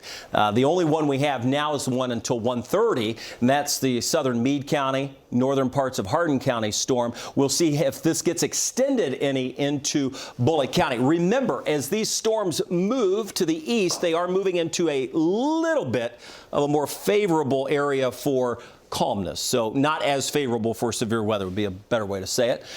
So as it moves into the least favorable atmosphere, we would expect them to diminish just a bit. Hasn't completely happened, but it's starting to show some signs. Now, the bad part in that is, as the night wears on, all of this area is being impacted by those strong upper-level, mid-level winds. And that, again, is problematic in the sense that as we see these storms push through, if they tap into those winds, they can create some problems, and that's something that we'll just have to watch. I'm going to sort of scan the radar. Let's zoom in to Breckenridge County, and then we'll make our way around. So we'll start with the most serious storm first. Obviously, it's the tornado warning that we have. This is moving out of Breckenridge County and moving into southern Meade and northern Hardin County. Just to show you the velocity on this, we'll go back, full velocity view, and you can see the couplet right there. The bright greens and the reds coupled together, moving right across the county line from Breckenridge into southern Meade. At this point, the bulk of this storm will stay just north of Hardin County until it moves over toward 31W. Okay? So we'll move that right across, just right along, very close to US 60 as it moves over toward 31W. It's very close to Radcliffe, the Muldraw area, takes you up toward West Point. Everybody knows that area. So that's where we're watching. Should that happen, as that moves in, if that rotation stays, we'd be looking at a problem for northern and northwestern Bullitt County, and eventually southern and maybe southeastern Jefferson County. So that's what we're watching, keeping an eye in the distance of what's happening. That's where we are now with the rotation. Got to be in your tornado safe place, southern parts of Meade County, northern parts of Hardin County. All right. Stand by in Bullitt and southern parts of Jefferson County. Let's see what this bad boy does as it continues its movement off to the east. Racing. Brian, this thing's moving at 60 miles an hour still.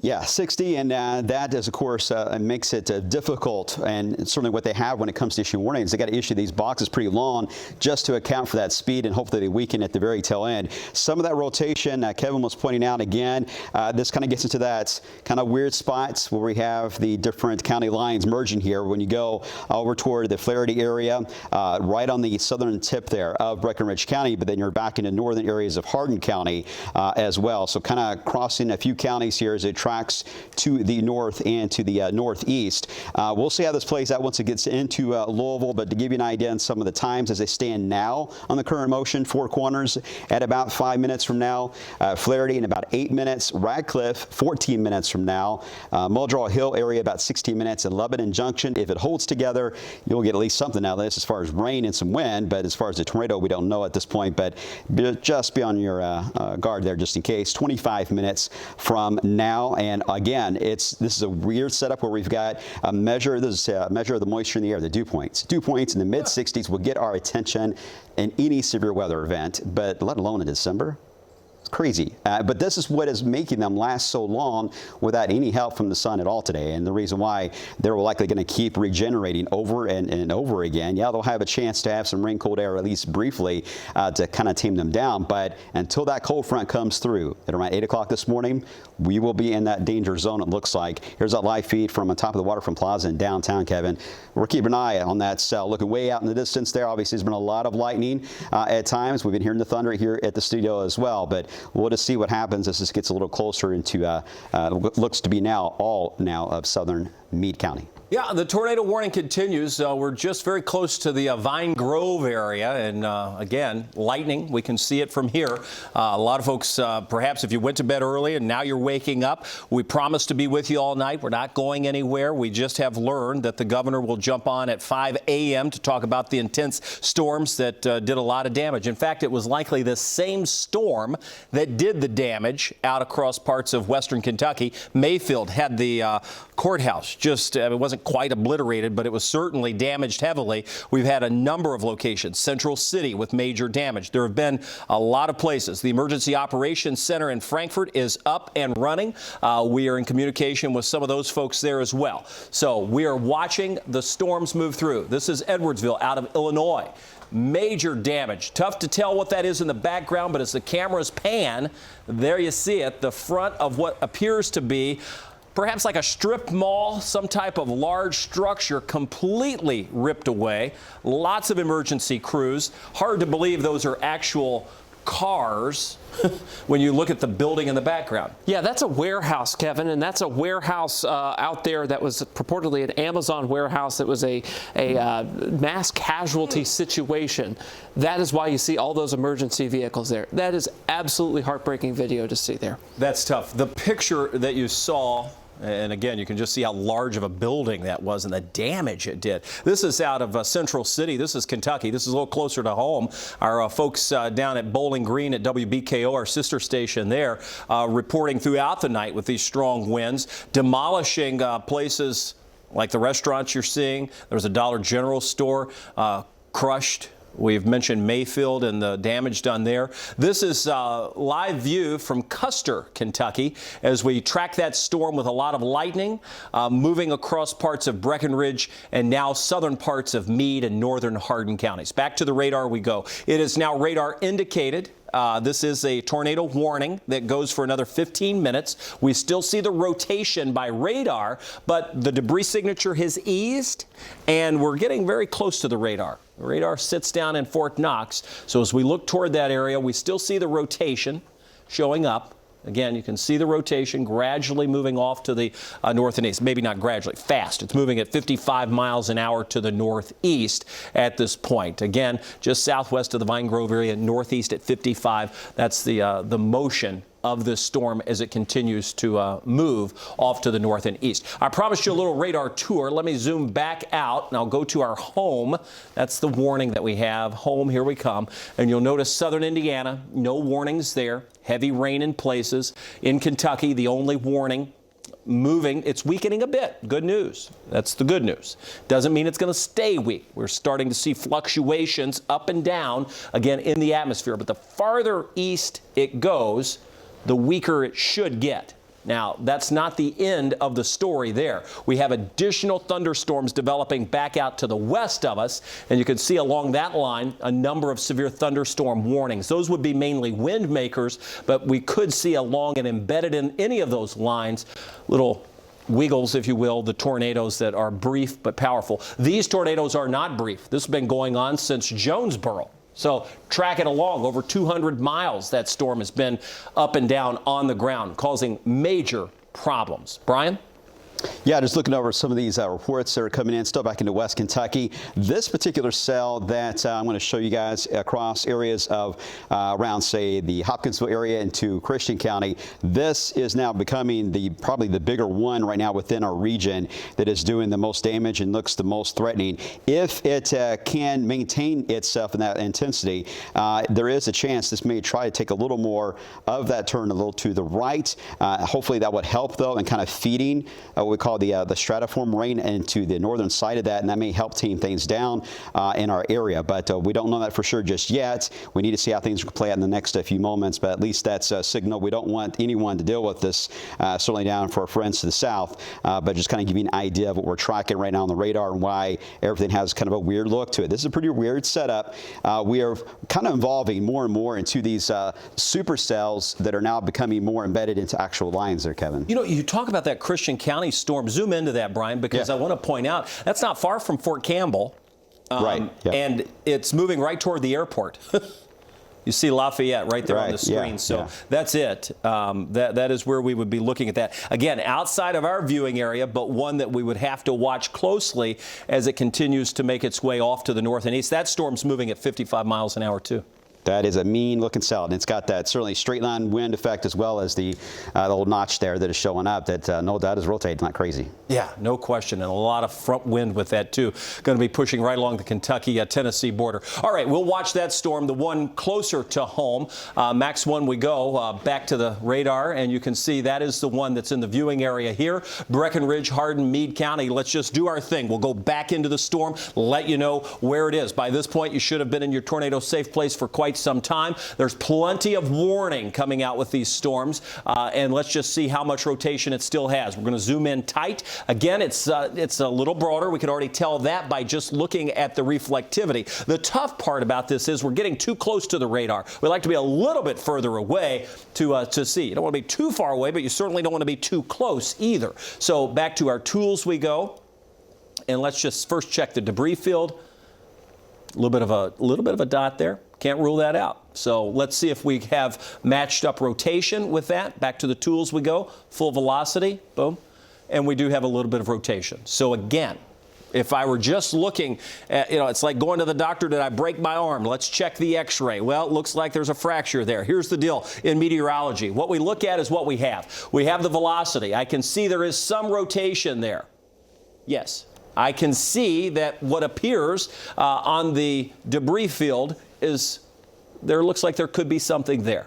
Tough to tell. We need to look at it a little closer. We need more data. We need a few more scans. But the bottom line is it's possible. The other part of this is the history of the storm. It has certainly been producing major damage all along its way. So we cannot rule out that it would increase and decrease, sort of fluctuate up and pulse down as we track this across southern parts of Meade County, moving very close to the radar itself in Fort Knox and northern parts of Hardin County, and then eventually into Bullitt County. Bullitt County, you're not under a warning at this point. Stand by. All right, so that's what we're watching there. We go back to the radar view. Heavy rain falling all across the area. We have some tremendous moisture to work with in the atmosphere. It really is what helped us overcome the instability. And that's certainly what we have going on tonight. Very heavy rainfall. Thing is, it's moving fast, so that helps. It doesn't provide a flood threat until we see several storms move across the same location. All right, we have some information coming in. I see from the Ryan is jumping up, and let's jump over to him. Okay, I just got a telephone call from Brandy. Brandy's been watching our coverage. Brandy has family and friends over in Ohio County. The family or friends here involved in Ohio County south of Van Zant were hit by the tornado here that moved through Ohio County with this, again, is archived radar data. This is about the time this happened here. This is back about an hour ago. Anyway, the family lost everything. Roof, destroyed barn. It's raining inside the house. But because Brandy called them, they knew to get underneath the stairs in their house, and they were able to be in a safe spot. They are okay. But this just shows the power of calling family and friends. Even if they're outside of our counties, if we're talking about them, you need to give them a call when there's a tornado warning to make sure they're alert to what is going on, Kevin. Just a very powerful story from Ohio County. Well, and I tell you, we mentioned Van Zant a number of times on the air, even though it was just outside of the viewing area. So kudos to Brandy for saying, hey, I'm going to call. That's the way it works at night, folks. People sleep. They don't know. And you can't count on them knowing. You can't assume that that's how it's going to happen. So what we're watching now is that same storm. It moved across Ohio County into Breckenridge, northern Grayson, tracked all across Breckenridge. Now it's in southern Meade County. Will continue moving across. The Weather Service is now debating, well, and there you see the update. It has not been extended, but they cut off the back part of it. It's already passed. So let me just center up sort of where we have. Let me go back. I'm going to go into the velocity scope, go back to our cameras, and I'm going to zoom in to the warning itself. And what we'll do is just sort of pick apart whether the warning will likely be extended or not. It's sort of broadening out. It's becoming dominated by the outflow of this storm, so to speak. And once that happens, the threat of the tornado would be low. Now, it's not zero, and because of what has happened, is there's any indication not to go with the tornado warning. So we'll see what happens. But at this point, Bullitt County, you're not under any warning. Let me go back inside, as we pointed out. I'll start with the velocity here again. There is dime-size report now being reported out of Lebanon Junction, by the way. You got dime-size hail? Yeah, okay. It just came in from that. I was too able to do this, Kevin, to look at the terminal radar. Not to get all technical, we have another backup radar you guys can't really see because we don't want to mess with the views that we're able to look at now. It does show that circulation weak, but it is there very close to Radcliffe, but it shows quite a bit of a straight line wind effect, so just a big heads up. Hopefully no one's out here traveling, but certainly no one's traveling up and down on I-65 as this kind of blows on through, because those winds are going to be pretty strong, and so far the indicators we're getting is likely over 50 miles per hour in spots. All right, let's go to the storm tracker. It's out and about. The only warning we have, Breckenridge, Meade, Hardin, that again. Storm tracker has been deployed through a good chunk of the night. As these storms make their way into the metro area, we are going to see some very heavy rain, already seeing that. That'll foul you up on the roads, and we'll just wait to see if we see any amount of wind with these storms. Again, still a little bit early to tell whether that will be the case or not here in Jefferson County. When we look at the components of what we need for severe weather, moisture is one of those. We can measure that by looking at the dew points, mid-60s. That's high, and especially high for this time of year. Typically, this is when we start to get, dried, cracked hands because the air is so dry. Not the case today. Look at these mid-60 dew points. Incredible. Look at our temperature. We are now at 68 degrees in Louisville. So we're close to 70. That's right. It's already early to mid-December here, December 10th, now the 11th, and we're tracking storms right across Jefferson County. They're not severe, but they do have lightning and heavy rain falling. Once again, right out of Fort Campbell, we mentioned that storm pushing through 60-knot winds. That's about 65 miles an hour. The storm south of us near Fort Knox, likewise, producing some heavy amounts of rain and wind. To the camera view we go. We're going to zoom in. And let me just point out, no warning southern Indiana. The only warning in Kentucky is the tornado warning. 5 more minutes on this warning. And while we don't have a new warning out just yet, I can't be certain that one will not get issued. And here's why. Because when you look at the velocity, we still see some of that rotation. Brian was pointing out that we also looked at the terminal radar. So another radar that sits in Jefferson County, and it still likewise shows some of the rotation. And more importantly, perhaps this wall of wind, little straight line wind that would be pushing through along with that storm as it moves through the Radcliffe area, right along 31W. So we should be seeing some very powerful winds in that location. Our SkyTrack camera out of E-Town is likely seeing a tremendous amount of lightning. We'll aim that camera to the north to look up Dixie Highway. That camera sits on the hospital down in E-Town. We'll adjust that so we can see as that storm moves to the north. Regardless, looking not only at the velocity, but also in the debris, we can see there's just not a lot there right now. That would be the zone that we're watching. Doesn't appear to be too dramatic, so to speak. So again, it appears to be being dominated by the outflow of the storm, something that oftentimes suppresses the tornadic development, which would explain why the Weather Service has not issued or continued the tornado warning. Doesn't mean a severe thunderstorm warning won't be issued. Doesn't mean that the storm is completely collapsing, but it does mean that it has weakened for the time being. Let's move this. Once this warning expires, no, don't worry, we're not going anywhere. We'll be here just to track the storms as they move in, sort of recap what's happened. Because I know a lot of people are waking up. This is so weird. It's just an odd time for that to happen. So one more time, Ben, say it again. Yeah, so look at the amount of rain.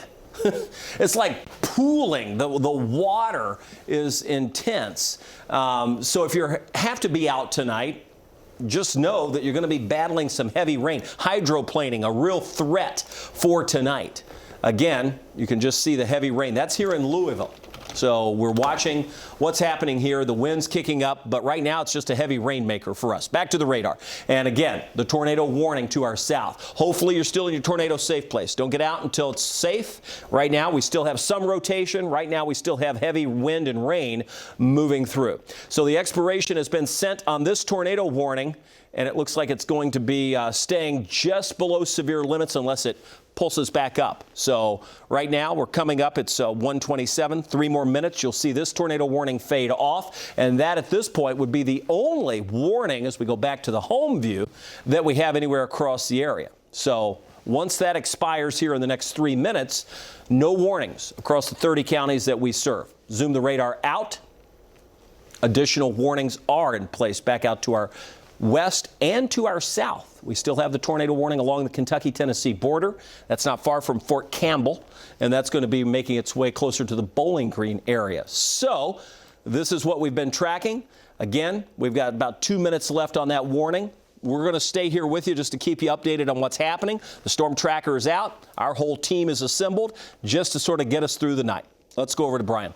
All right, Kevin, one thing I want to show you guys is looking at what we call the shear markers on the radar, determining the rotation. That's where you see these blue areas. When they're a little more into the circular fashion as they move along, indicating a full-on rotation or in many cases a tornado. But notice as we get into the Radcliffe area, you get into more of the dashed lines, if you will, where it's opening up and much more just an open wave scenario when it comes to the strong wind shear that's taking place, and therefore a good signal still that we're looking at here where the tornado threat is continuing to go down. Let's hope that trend continues. One thing I wanted to show is as we look to the south and west, you see more thunderstorms feeding into the line. But what I decided to do is advance the modeling, and let's go about 3 hours from now. And this is looking at the available energy in the atmosphere. And you'll note that supercell takes quite a bit out into the core of the metro and central areas of Kentucky. We see that little hole that forms there, so it's yanked out of the atmosphere. We also see it into Illinois. We see it back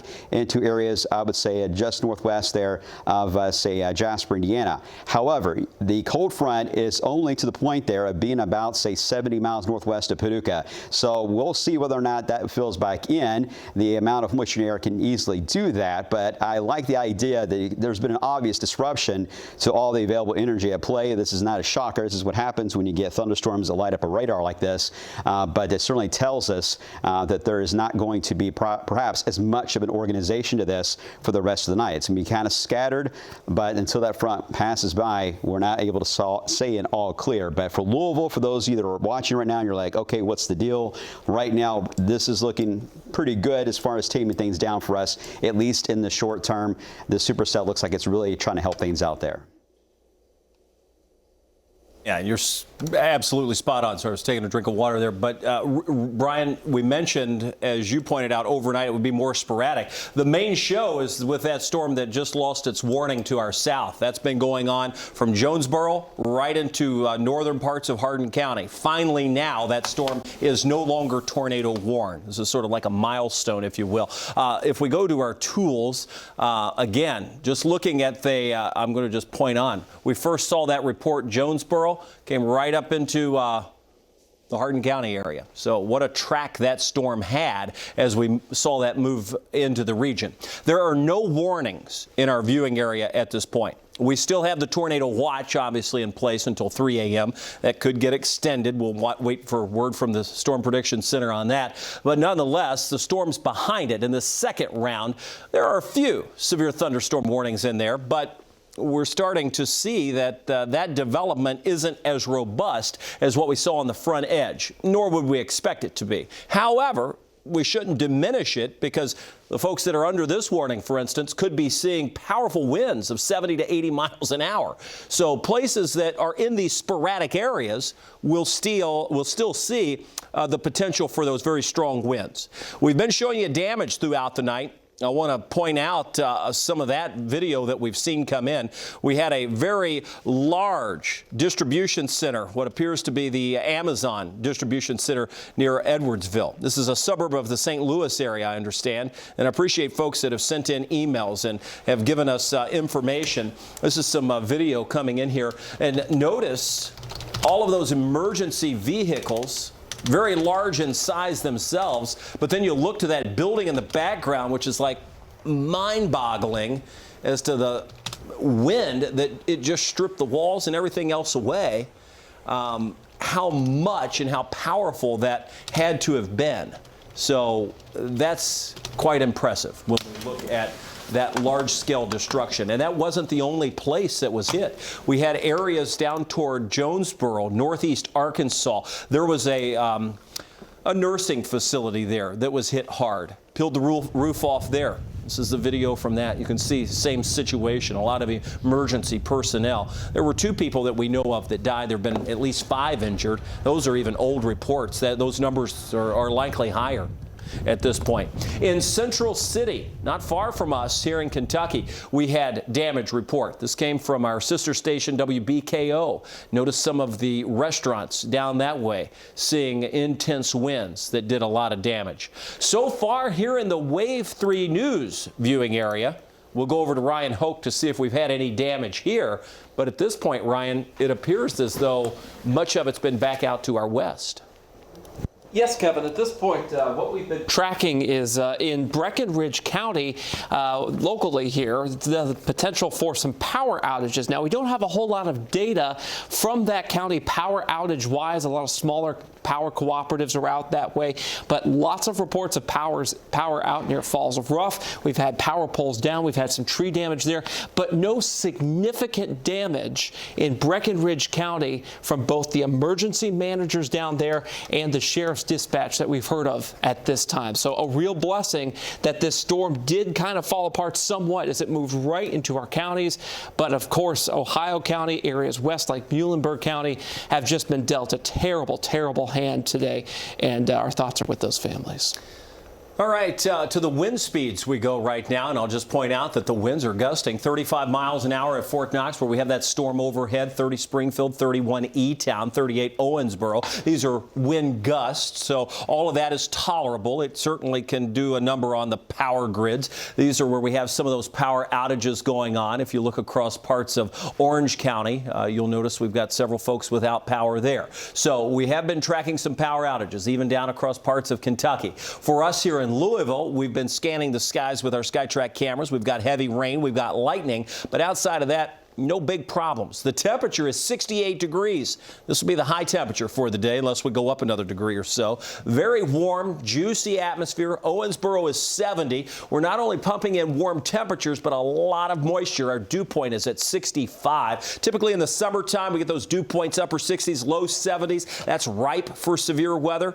In the wintertime, mid-60s, I mean, that's bizarre, and we've got it, and that's plenty of moisture. In fact, it's what's fueling the whole thing tonight, at least big part of it, and combine that with the strong wind field we have, and you're starting to see some of those wind damage reports in places. It's not going to be everywhere. That's been the big thing all night. That's always the hard part about severe weather, is everybody thinks it's going to happen to them. No, it never works out like that. Not everybody doesn't always get it, but places that are in the viewing area will get it. It's why we break into programming when there's tornado warnings. They're not for everybody, but that's our job, and we've got to make sure we keep everybody as safe as we can. It's why we said even overnight, even without a warning tonight, we knew people would be tuning in, waking up, wanting to know what's going on. So here's what's going on. We have no warnings across Jefferson County. We have no warnings in our viewing area at this point.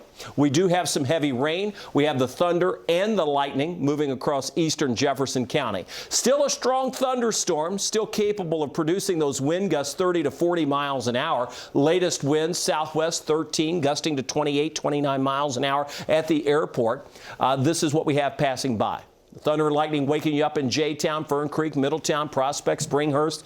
Yeah, no warnings, but we are tracking these storms. We don't expect that everybody will see severe weather, but it's still going to be possible in a few places through the overnight hours, especially in these areas to our south as we track these storms right through the Bowling Green area. And again, as we sort of zoom back out, we have one warning coming out for Boone, Dearborn counties. That's just to the north and east of our viewing area. Swings over into parts of Cincinnati. Let's go over to Brian. Brian, what do you got? Yeah, I wanted to mention again, Kevin, that cell that we've been tracking that again started back around the Jonesboro area. Remember that shear marker I was showing you, that area of the blue. Let me kind of loop the radar back, and we'll begin in areas northeast Arkansas, Missouri, and watch how the tornado warnings were issued as that cell. You see the rotation that's shown nicely there, and then it moved right into the Jackson Purchase there area of Kentucky, then continued right over I-69, and again, you still see it right over portions there in Ohio County, and then entering Breckenridge County, and then as of course as it got into at least Bullock County, we then saw it fade out. So for those of you in Bullock County, that storm in Bullock County has traveled, what was the distance that Ryan? 260 some miles? And more now added into it. So tremendous. That's a long track supercell, no doubt. I do want to mention a couple things here. We're going to continue to watch, because I did watch the shear markers on this particular one, which down in Hopkinsville, you mentioned the airport earlier. They did gust to 70 miles per hour, by the way, at the airport. It is trying to trend, get rid of this lightning. It is trying to trend still more northeast. So we'll watch it as it gets over to Warren. For those of you, if it can stay long lasting later tonight into Greene or Taylor, because you have not had as much action yet into that area. So that's one reason why we need to still monitor that particular cell just in case, because it's a mean looking one. It's got that backwards C look to it. And it's also worth mentioning these cells too. I looked at the terminal radar that we have in Mount Washington, and some of these cells are trying to merge at times with this particular previous supercell in eastern Bullock County. I'm not exactly trying to stress there's going to be a tornado here. I'm just saying there could be a brief period of stronger winds that may take place as that kind of collision happens there. Northeast Bullock County, western Spencer, and the far northern area of Nelson County, Kevin. Yeah, well, you mentioned the wind that was howling down to our south close to Fort Campbell with 70+ mile per hour winds. We're getting now winds out of Madison, Indiana, over 50 knots. So that's, I mean, that could do some damage, especially with the ground. The ground's fairly wet. Absolutely. And we've had, of course, that heavier rain recently out there. And, of course, we get these winds. You got to keep in mind, even if you didn't have too much damage yet, you may end up pushing a tree, or at least putting force in some of the trees in your yard one way.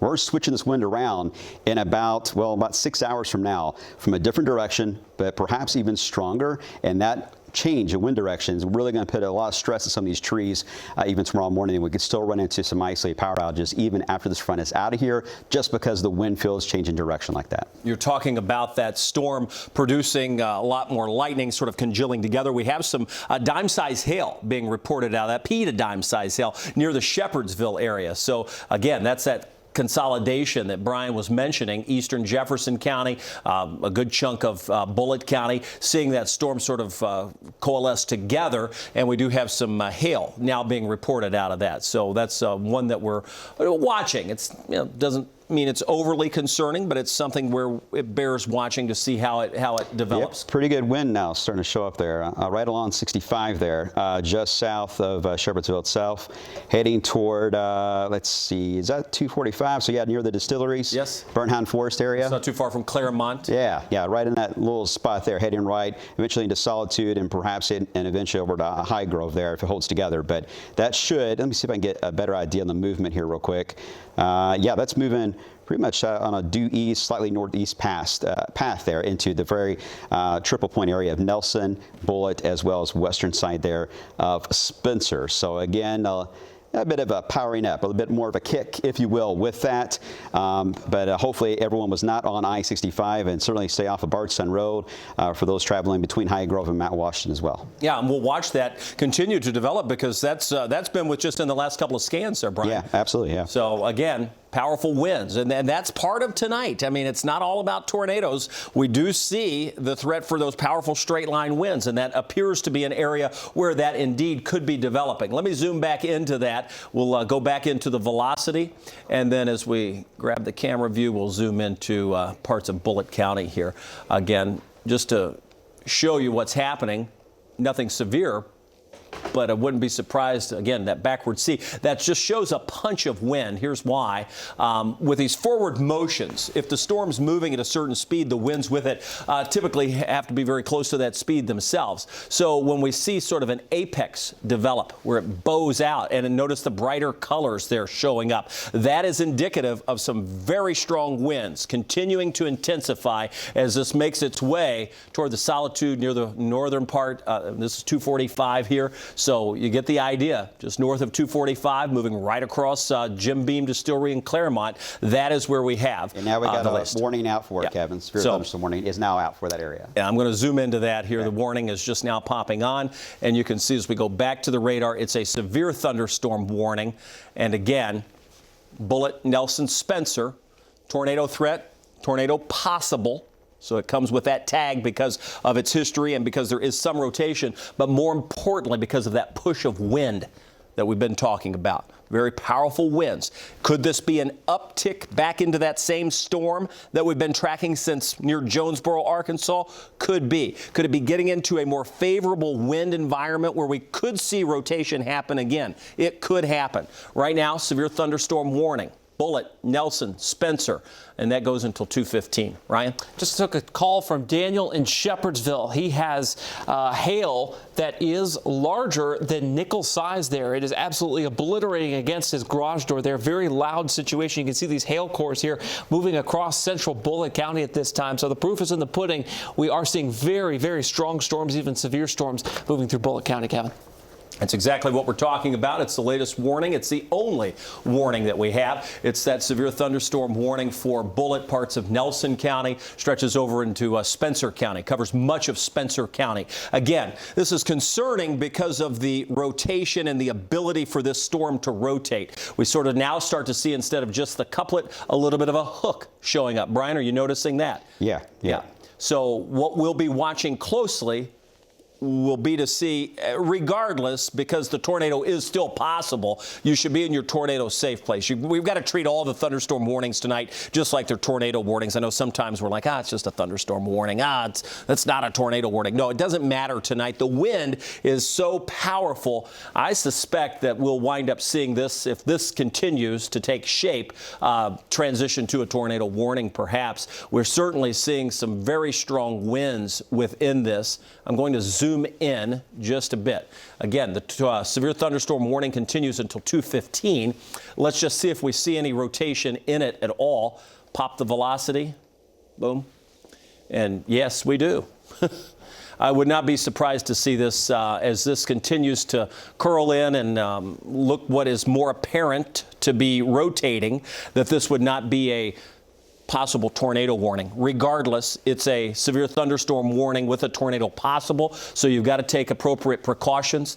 Get in your tornado safe place. Same storm that's had a history of producing massive damage all night. For folks that are over near Solitude, moving just past Shepherdsville, past the I-65 corridor, taking aim across. Now Brian, it's a good thing you called your mom, because it's going to be close to that area, not too far from Mount Washington. Yeah, absolutely. I'm looking at the same image you are. I'm kind of just watching it because obviously I'm worried about my mom here, but the thing is, this is heading right into that area. There's kind of a drop-off point on the other side there of Mount Washington. You get into a very hilly side. It's more of a drop-off for those of you that know around Mount Washington. When you travel on Bardstown Road and you get past Highway 44, there's a bit of a dip in that area, but there are several subdivisions that have been newly built in through this area, and this is where that is heading. So I know, Kev, we don't have technically a tornado warning out, and you already mentioned this before, but this is certainly a gap. But given the history and the signature and how rapidly it's happening, yeah, you need to go ahead and get in your safe spot there. Just turn the TV up really loud, or just take your device with you on streaming and just listen to our voices. And we have it. I see the tornado warning just now. There we go. So tornado warning now in place, as it appears, for that same storm that we're watching. Again, you can see it flashing on the screen.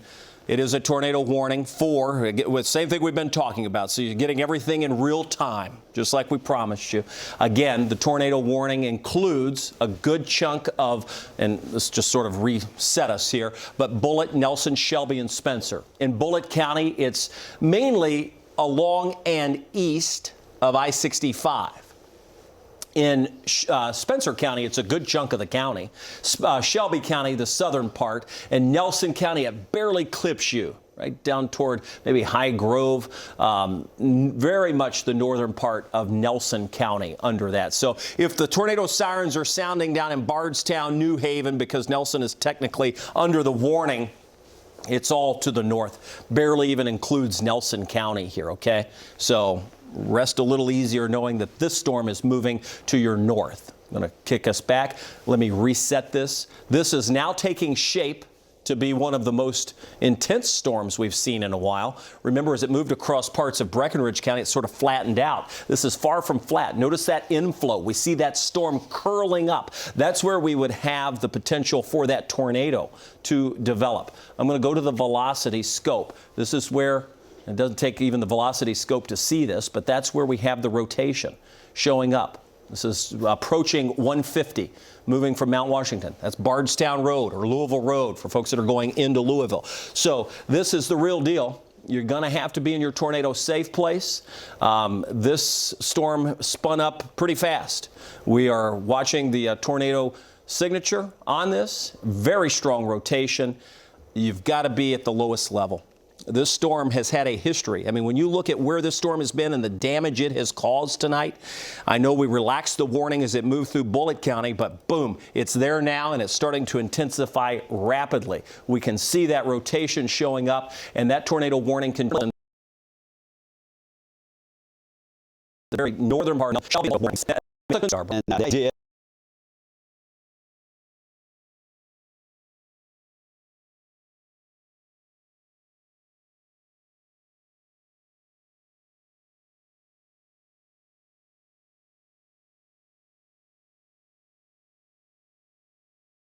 As they continue to see the hail,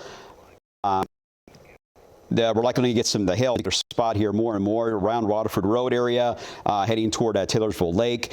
We should start to see more of these dime size, maybe nickel size hail reports coming in. And then you're going to get into that eerie quiet that we talk about. You may hear it outside where everything sounds like it's over.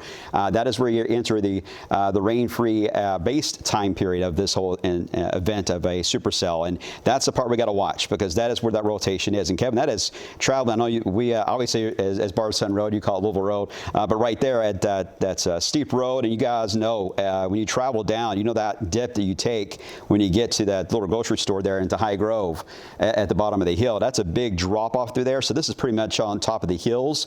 At the moment, there is a bit of a valley through this section, so we'll see whether or not that will help a little bit in staying a little bit off the tree line here. But don't let your guard down once it gets to the other side, certainly once you get into the Spencer County area. Yeah, I mean, that's an interesting echo that we're watching.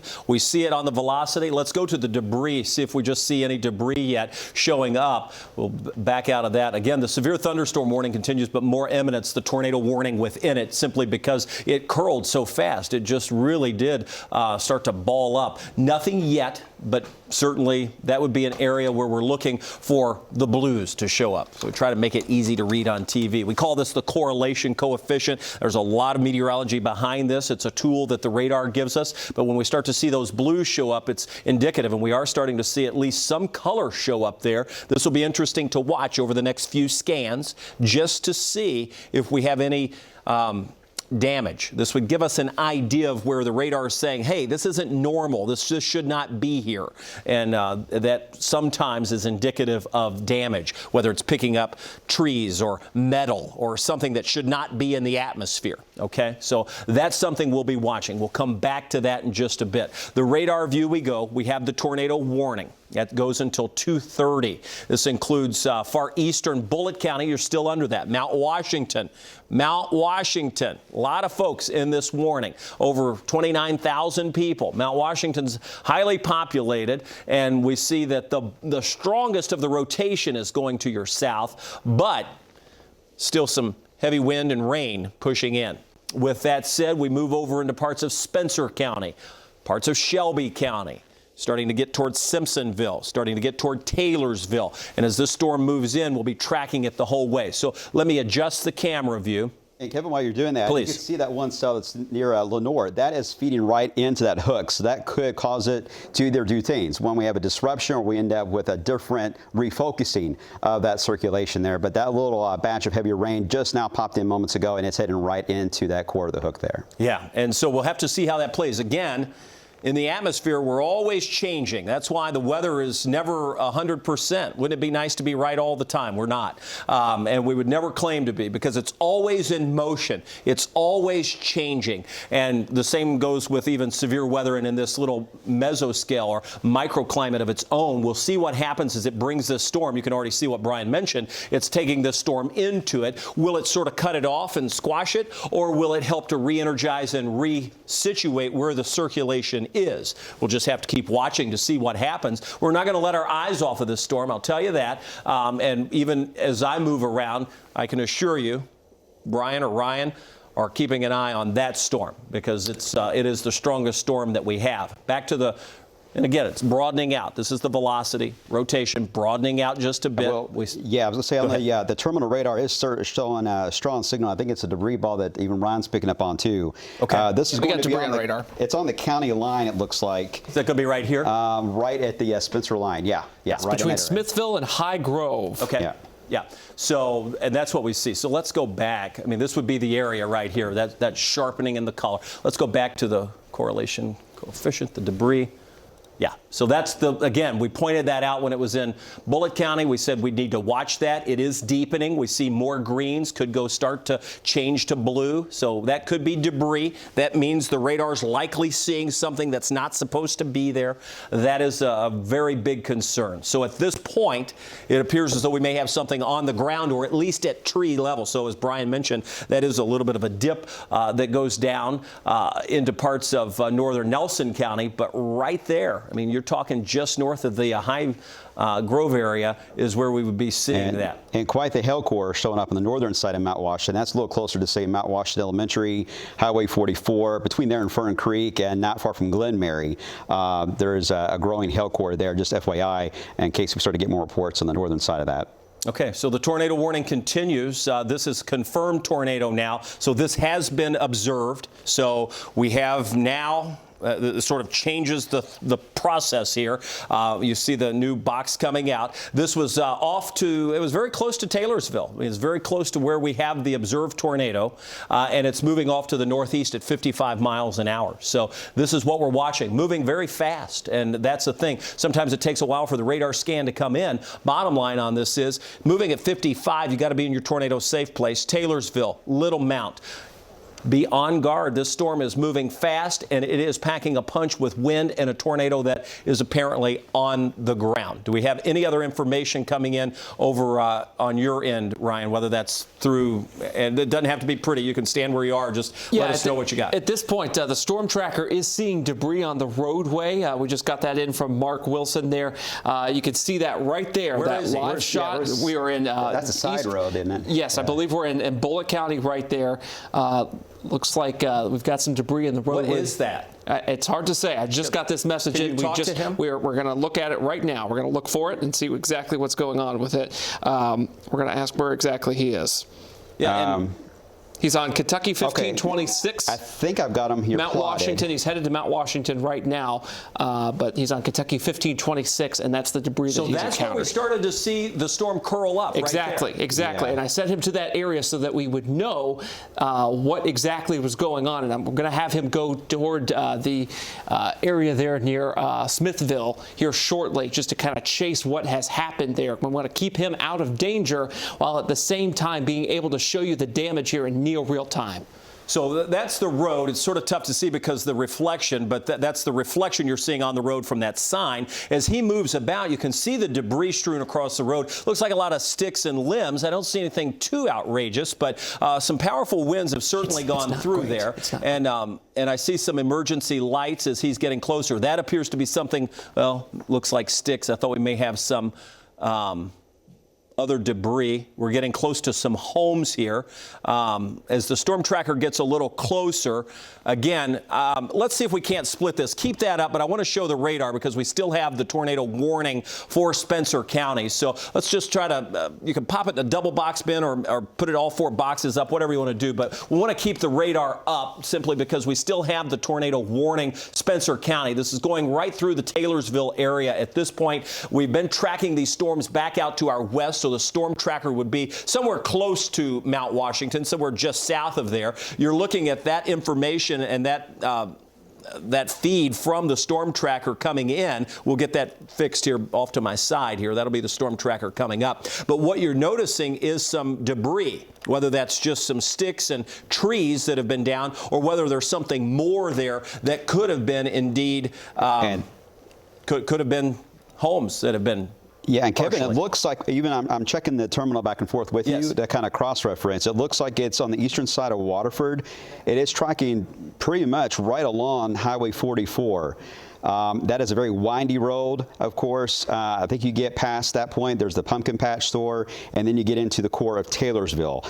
So no doubt if this trajectory is right and it holds, that is going to put it right there. We have just, I would say, on about this area here. There's Waterford, yes. Yeah, just east of, yeah, exactly. Right east of there, traveling right along Highway 44. So it's going to take it through Yoder. Yep. And probably very close to Taylorsville. You got it right there at that intersecting point when you eventually go up the hill, head to the lake, and of course Spencer County High School also there, not too far away from that area. Getting a new update in with the radar so you can see again that rotation showing up clearly there. Back to the tools we go. I'm just going to draw it on here for you.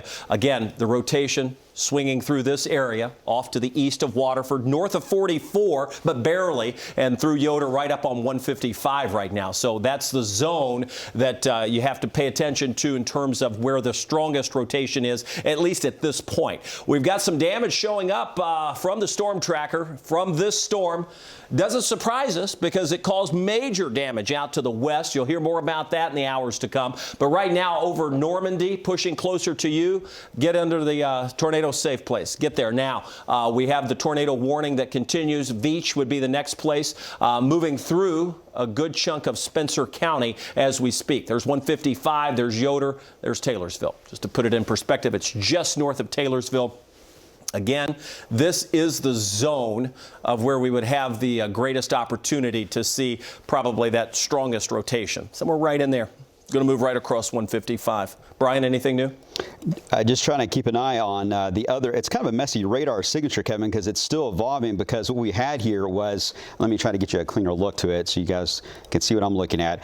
We've got these individual cells that are kind of interfering at times with it. But if you look carefully, let me zoom in a little more, and you see these little notches that have formed here, basically on the northern side, one into here, Little Mount area, then back into Taylorsville. This is a quick scan. I mean, this thing is basically breaking the speed limit at the moment here. So it's moving already really to the eastern side now of Taylorsville. But it's these little notches. Each one of these keeps showing up with a decent amount of rotation within them. So typically in this scenario, instead of dealing with one large, big tornado, which would likely happen in West Kentucky, you get these brief ones that touch down.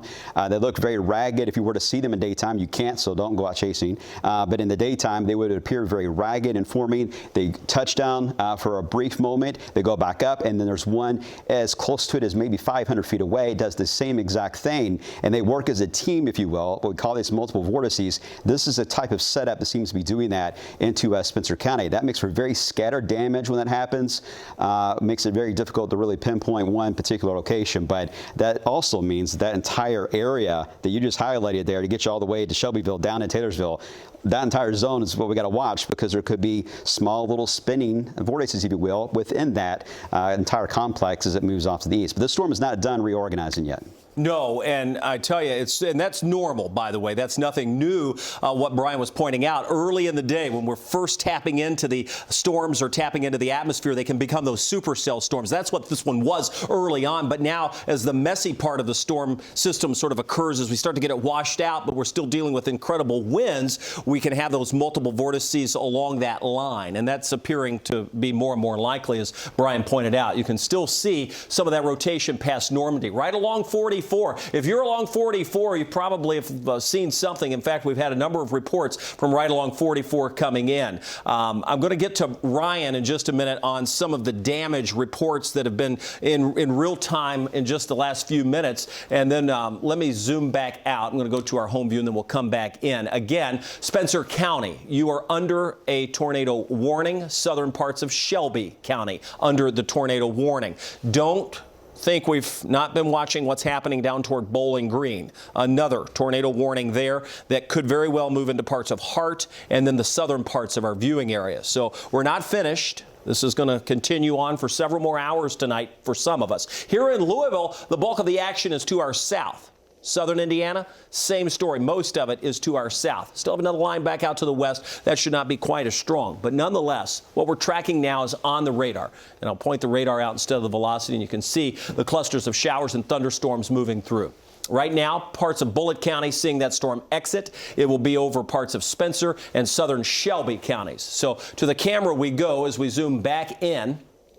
Again, just pointing out some of the features of the radar that really help us to understand where the strongest winds are. Can be tough at times because it's not always a perfect area of rotation. Sometimes it's broad. Sometimes it comes back in the next scan. It's sort of a living and breathing thing, so it's acting and reacting to the environment that's around it. So let's go back to the tools and to the velocity we go.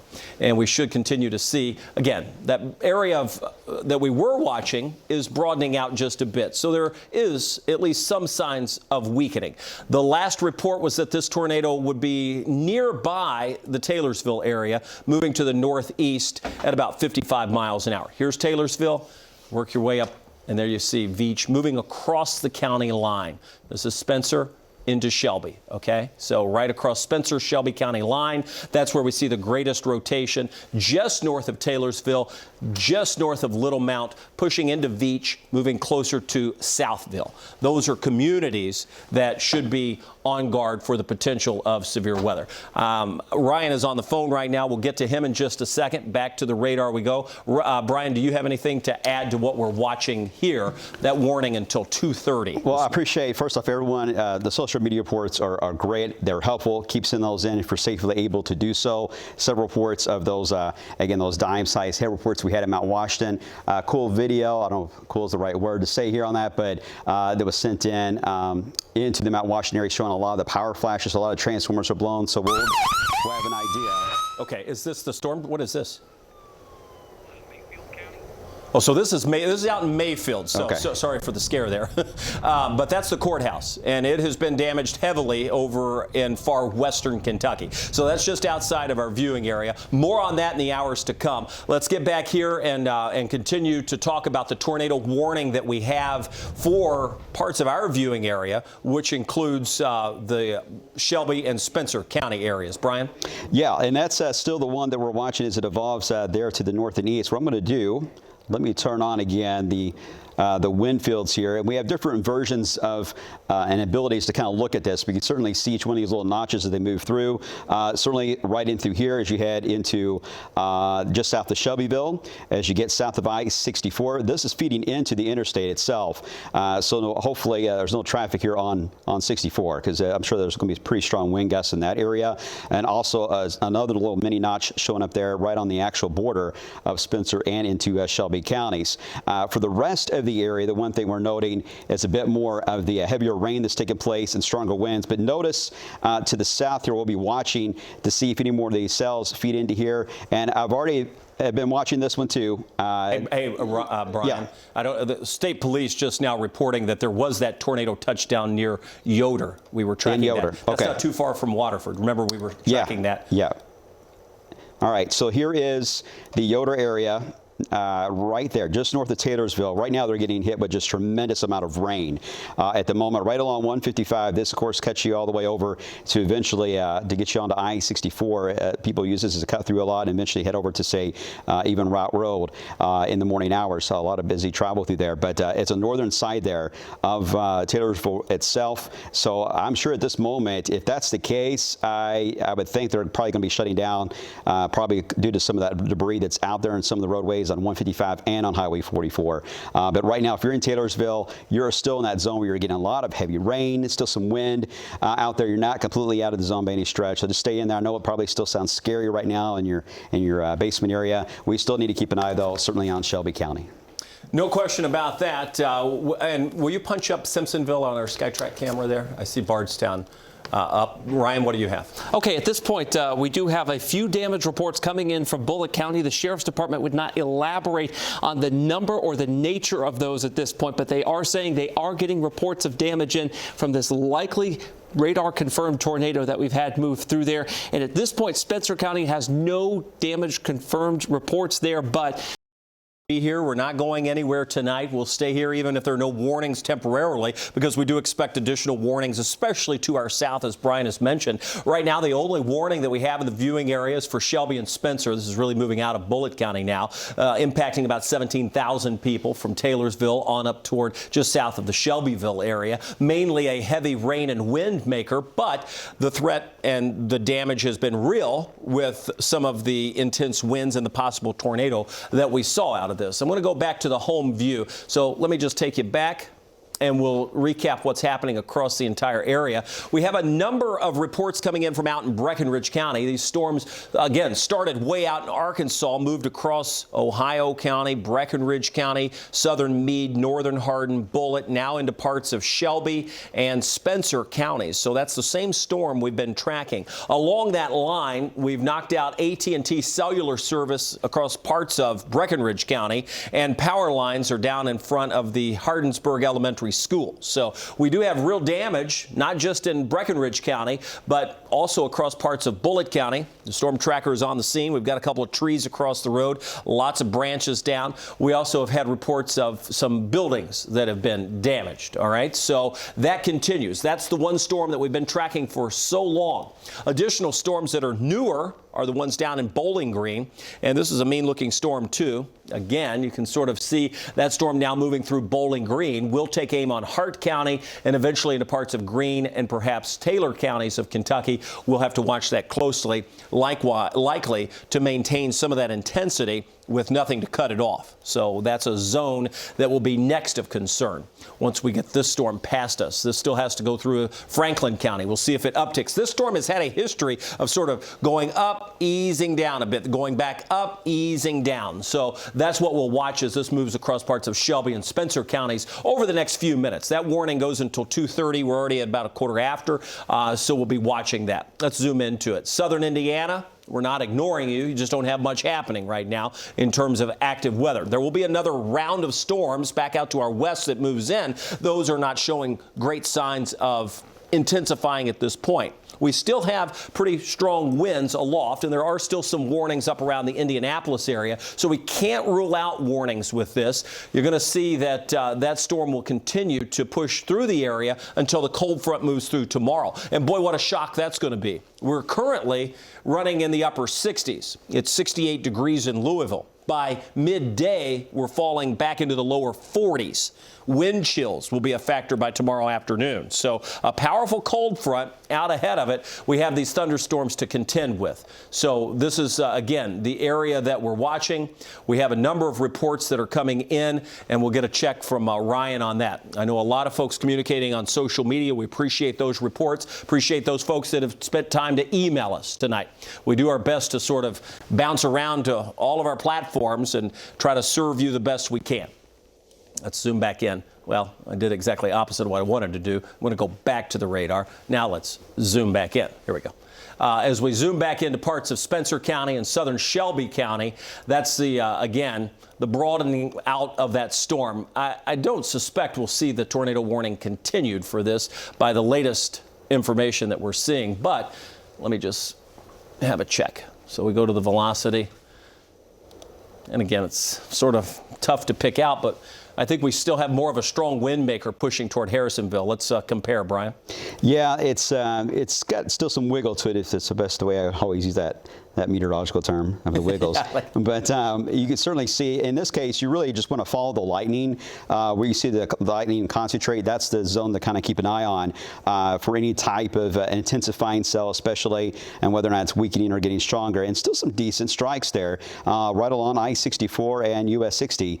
So if they were to extend this out for maybe a severe thunderstorm warning, they may for Shelby County, western Franklin, and then perhaps into northern areas of Harrison. That is possible, but as far as any strong tornadic signature, I'm not seeing that. But still, that concentrated lightning area, I still think that's a spot, a bit of a hot spot still we need to keep an eye on. And it's a busy area, and there are a lot of state troopers, too, that travel up and down that area.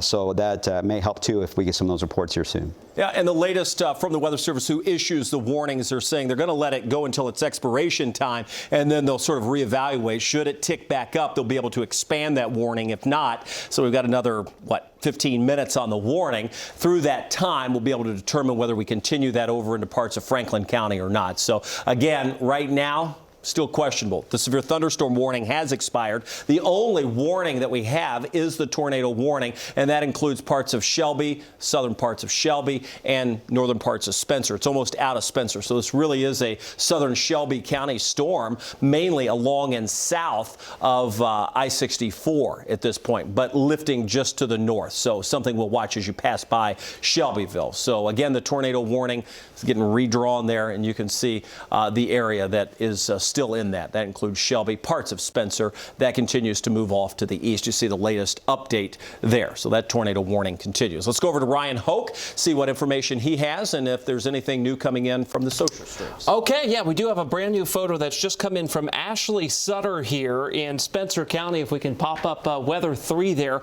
and we'll be able to show you exactly what we're talking about here. It is a trampoline on top of a car, and you'll note that trampolines are very light. They are very broad, so they can get thrown around quite easily here. So Ashley, I was wondering if we were going to have the first trampoline picture. I know it seems like during every severe weather event, and even just regular wind events, we get one of those. But yes, indeed, this is likely from a spot very close to where we had a radar confirmed tornado there in Spencer County. Thank you to Ashley for giving us the permission to put this on the air this evening. We're going to continue to monitor for your photos and for your reports on Twitter and Facebook.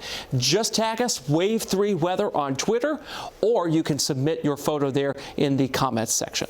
Well, Brian and I just looked at each other at the same time. Yeah. We read the same thing from the National Weather Service. Let's go to it. Bowling Green we go. I just want to point out, as I let me go to the home view first, and we'll point out the storm to our south. This is really, for folks that may have students at Western, you need to jump on the phone, make sure they are aware. They may be awake already because of what's been going on over the last couple of hours. While we still have this storm and we're watching that, I do want to just zoom in just south of us because we have so many families that have students down in Bowling Green. This storm really is moving right into the Bowling Green metro area, Brian.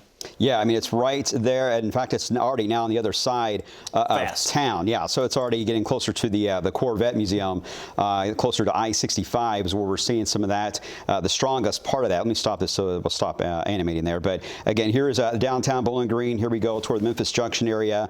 Here we go as you get just south of the Natcher Parkway itself, and you get very parallel here to I-65. This is going to cross I-65 with a tremendous amount of wind, and we're getting right now what we call a tornado signature that is indicated on radar.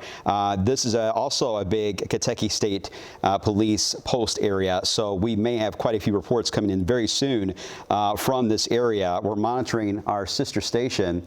Actually, they may have taken a hit. Yeah, it looks like they're down in that area, so they may have lost power there in Bowling Green because they're right there at Russellville Road in Bowling Green, and I think the power probably got them because that crossed right over as soon as that hit that side of Bowling Green. And again, that is crossing quickly here to the east and southeast. So really, the one thing we got to keep in mind here, let me kind of animate this over the last hour.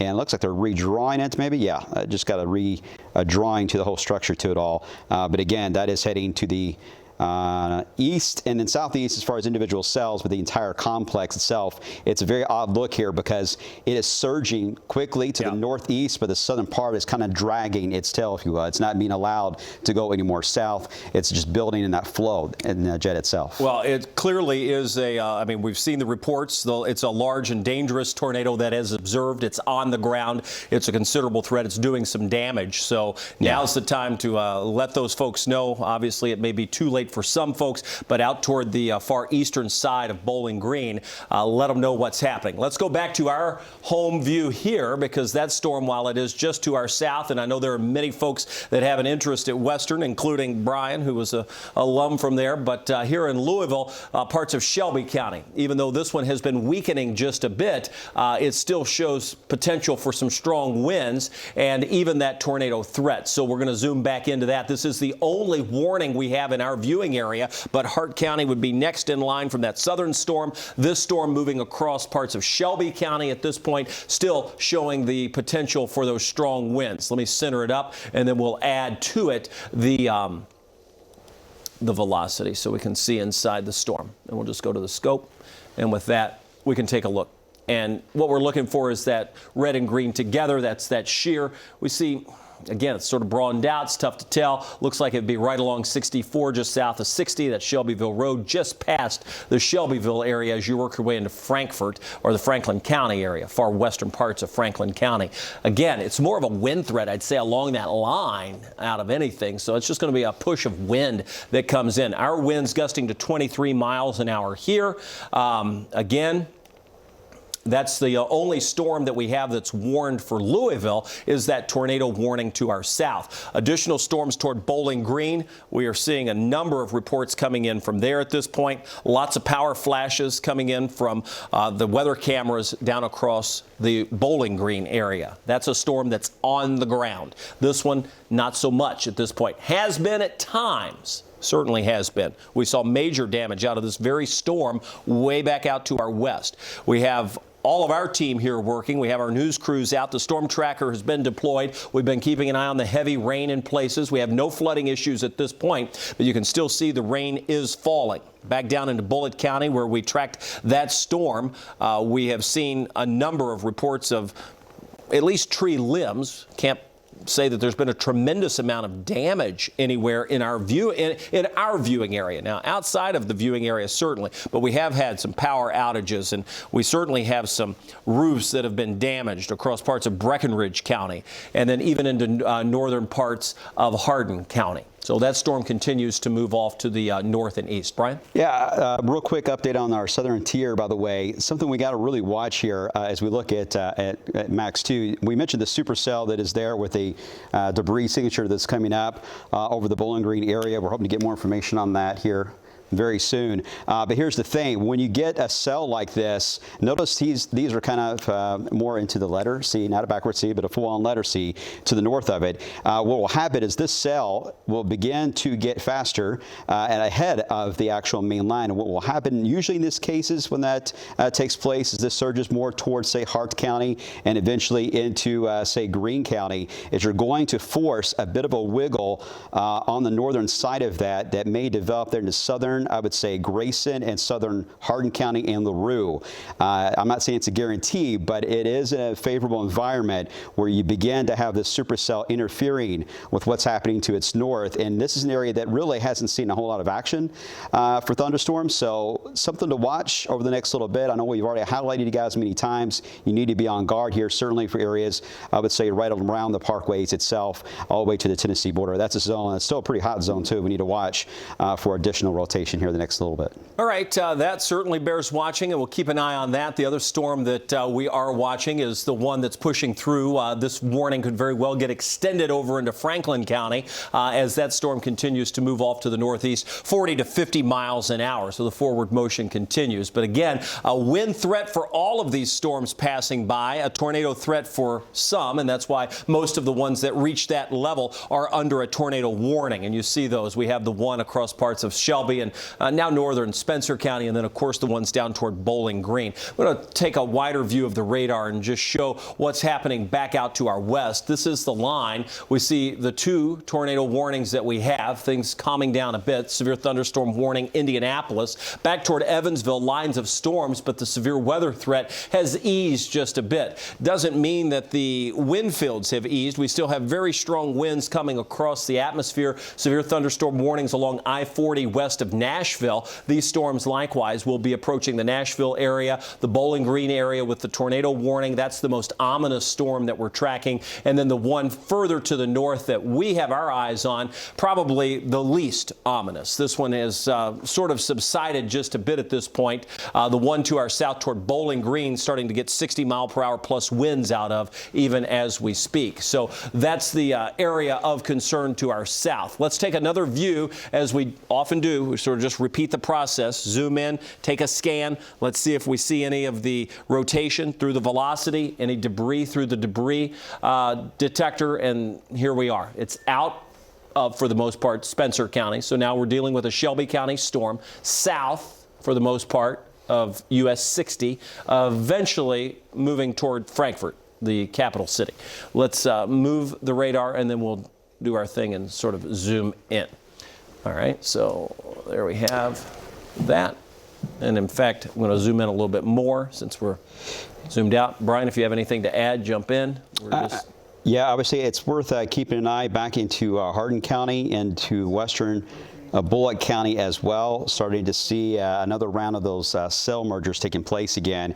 And while we've had some rain near that area, the thing is the temperature has not dropped at all, and it's still very humid there. So again, it's still unstable. And I just checked some of the latest data from one of our sites we use for real-time reports coming in, and it still indicates it's certainly an environment that can still allow for some strengthening for that cell out of Meade, moving into northern areas of Hardin County. So I just want to do FYI that we're watching you guys as well. We're watching Indiana too. I know we haven't had a ton of talk about Indiana. You've been in some of the quieter spots so far this evening overnight, and that's a good thing, but just know we're watching you too, and we'll keep an eye on that band of heavy rain approaching you as well.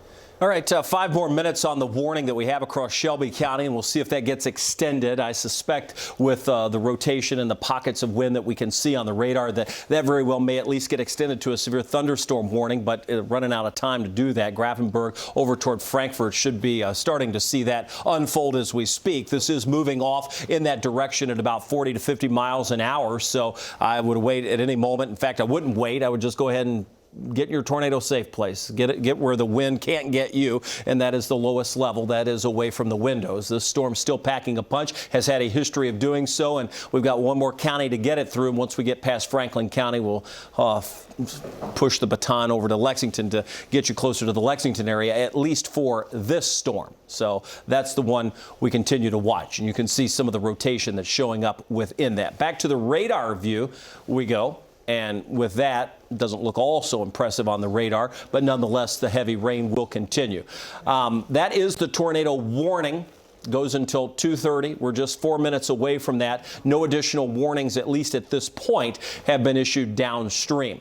I'm going to take us back out of this view. Want to point out both of those. Brian mentioned these storms moving through Meade County, back down toward the Western Kentucky Parkway. This is west of I-65. This is a more favorable environment for the wind threat to our south and the rotation. So that continues down toward Bowling Green. Again, here comes the tornado warning that's now for Hart County. You can see it being expanded across. Approaching the Lawrence County area. Nothing severe indicated, but no doubt it's going to be still a loud show and some gusty winds out there. Now the fuel, there's not as much of that fuel around that there was earlier, but there is at least some to still work with to get a damaging wind threat, so we can't take that off the table just yet. For those of you, okay, tornado in Franklin? Yep. Okay, yeah, tornado warning right there, right over the city of Frankfort. And that, Kevin, was right on the northern part of the one in Yoder that held together.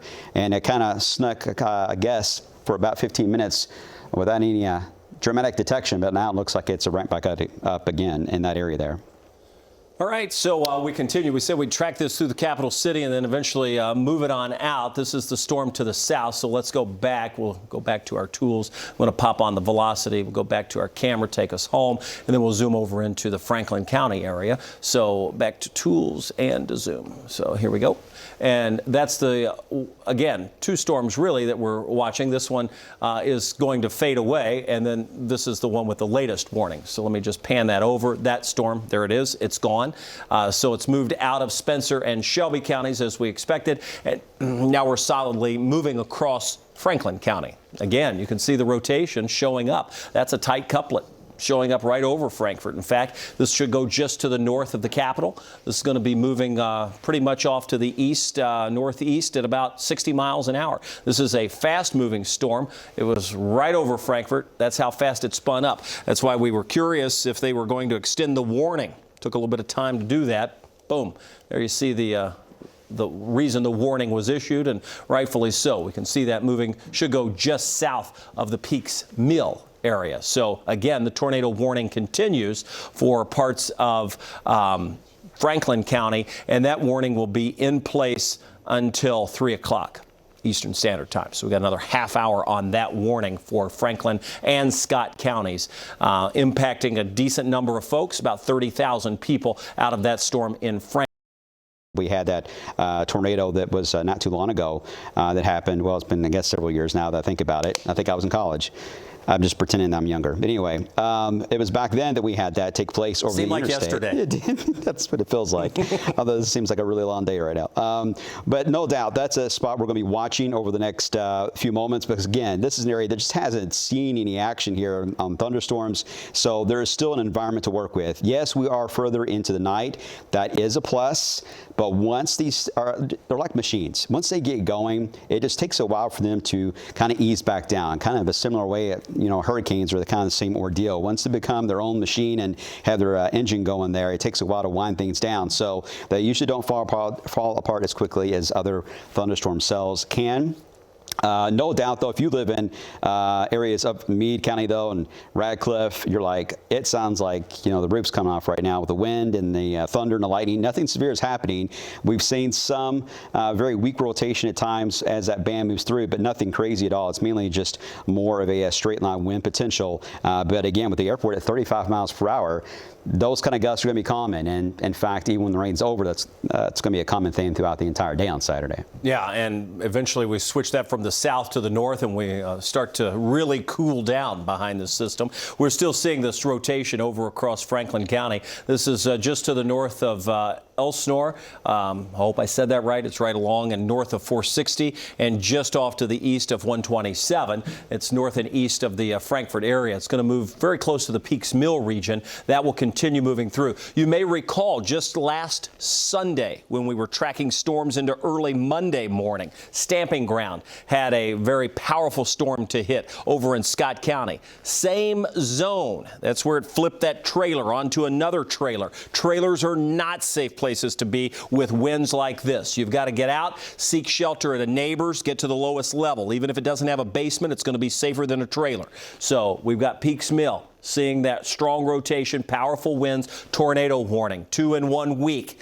Tough week for the folks in Stamping Ground and parts of Scott County, parts of Franklin County. You had the tornado too earlier in the week. This storm continues to show the motion, the rotation, now just south of Peaks Mill, moving along the border, moving fast. It will move out of Franklin and into Scott County in a very short order. This is moving through with heavy rain. We've had some hail reports today. Most of those have been pea to nickel size hail. In many instances, that's where they've fallen, somewhere between the two. But we have had some hail, and we can't rule that out in a few places, even with this storm. The heavy rain is certainly with it, but the most important and probable issue that you're going to have is the wind and the potential for that tornado that's showing up on the radar. And in some instances, it's pretty tight bound, meaning it's a very strong rotation, not too far from Peaks Mill at this point. Any new information coming in, Ryan? Yes, we do have a new piece of information. We're going to talk about the long game of this here for just a second. The tornado watch for areas south of Louisville has now been extended until 9 a.m. It's going to take some time to get all of this energy out of our southern counties. The tornado watch continues for the Louisville area and points north until 3 a.m. We'll see if they extend that at all, but at this point it looks like the southern half of our viewing area continues to be the main area of concern at this point. I've been on the phone with Bullitt County, with Spencer County, and at this point we don't have any new information, but we're working our hardest to get that to you. Okay, and I'll ask our news department to send over whatever reports they have as well. We have complete communication in the building, both in the monitors that I'm looking at off to the side, and of course the phone's our friendly friend all the time. So we're constantly looking at the information that helps us out in terms of knowing what really is happening and what has happened. This tornado warning continues for Franklin and Scott counties until 3 o'clock. As we look inside that storm, the rotation has been impressive. And again, I'm just going to pop on the rotation. We look at that through the velocity, and there it is. And you'll notice it's still there, just now south and pretty much to the east of Peaks Mill. This will continue moving off. We've got some reports coming in where we've had wind speeds on the order of 40 to 50 miles an hour in general, with the storms moving closer to us. Our gusts, as Brian mentioned, are at 35 right now. These storms to our south, with this tornado warning in particular, will have much stronger winds in a very localized area. Going to move very close to the Stamping Ground area, and you can see two areas of rotation across that warning. And again, that's Franklin County moving into Scott County. That's why you're under the tornado warning, lowest level, safe place. I'm going to take the radar back, and then we'll point out that that warning goes until 3 o'clock. It's still very much in Franklin County, maybe 2 centers of probability for rotation within that as it moves across into Scott County. That is the only warning that we have across the viewing area at this point, but it's not the only thunderstorm we have. Additional thunderstorms continue across the area, and some of those are rotating, some of those are producing hail, some of those have more of a tornadic threat. Brian's taking an in-depth look at those right now. Brian? Yeah, we got these little caricatures, if you will, of showing what is on the map in the area. And most of these you see that are more of the yellow arrows indicate just a typical thunderstorm with maybe some broad rotation. Usually that indicates that it's likely producing perhaps some gusty winds in that area. As I add on the radar with this image, a couple of things you will note when we line all this up together is that one area that we had that was spinning with a possible tornado earlier that was showing up here on the radar.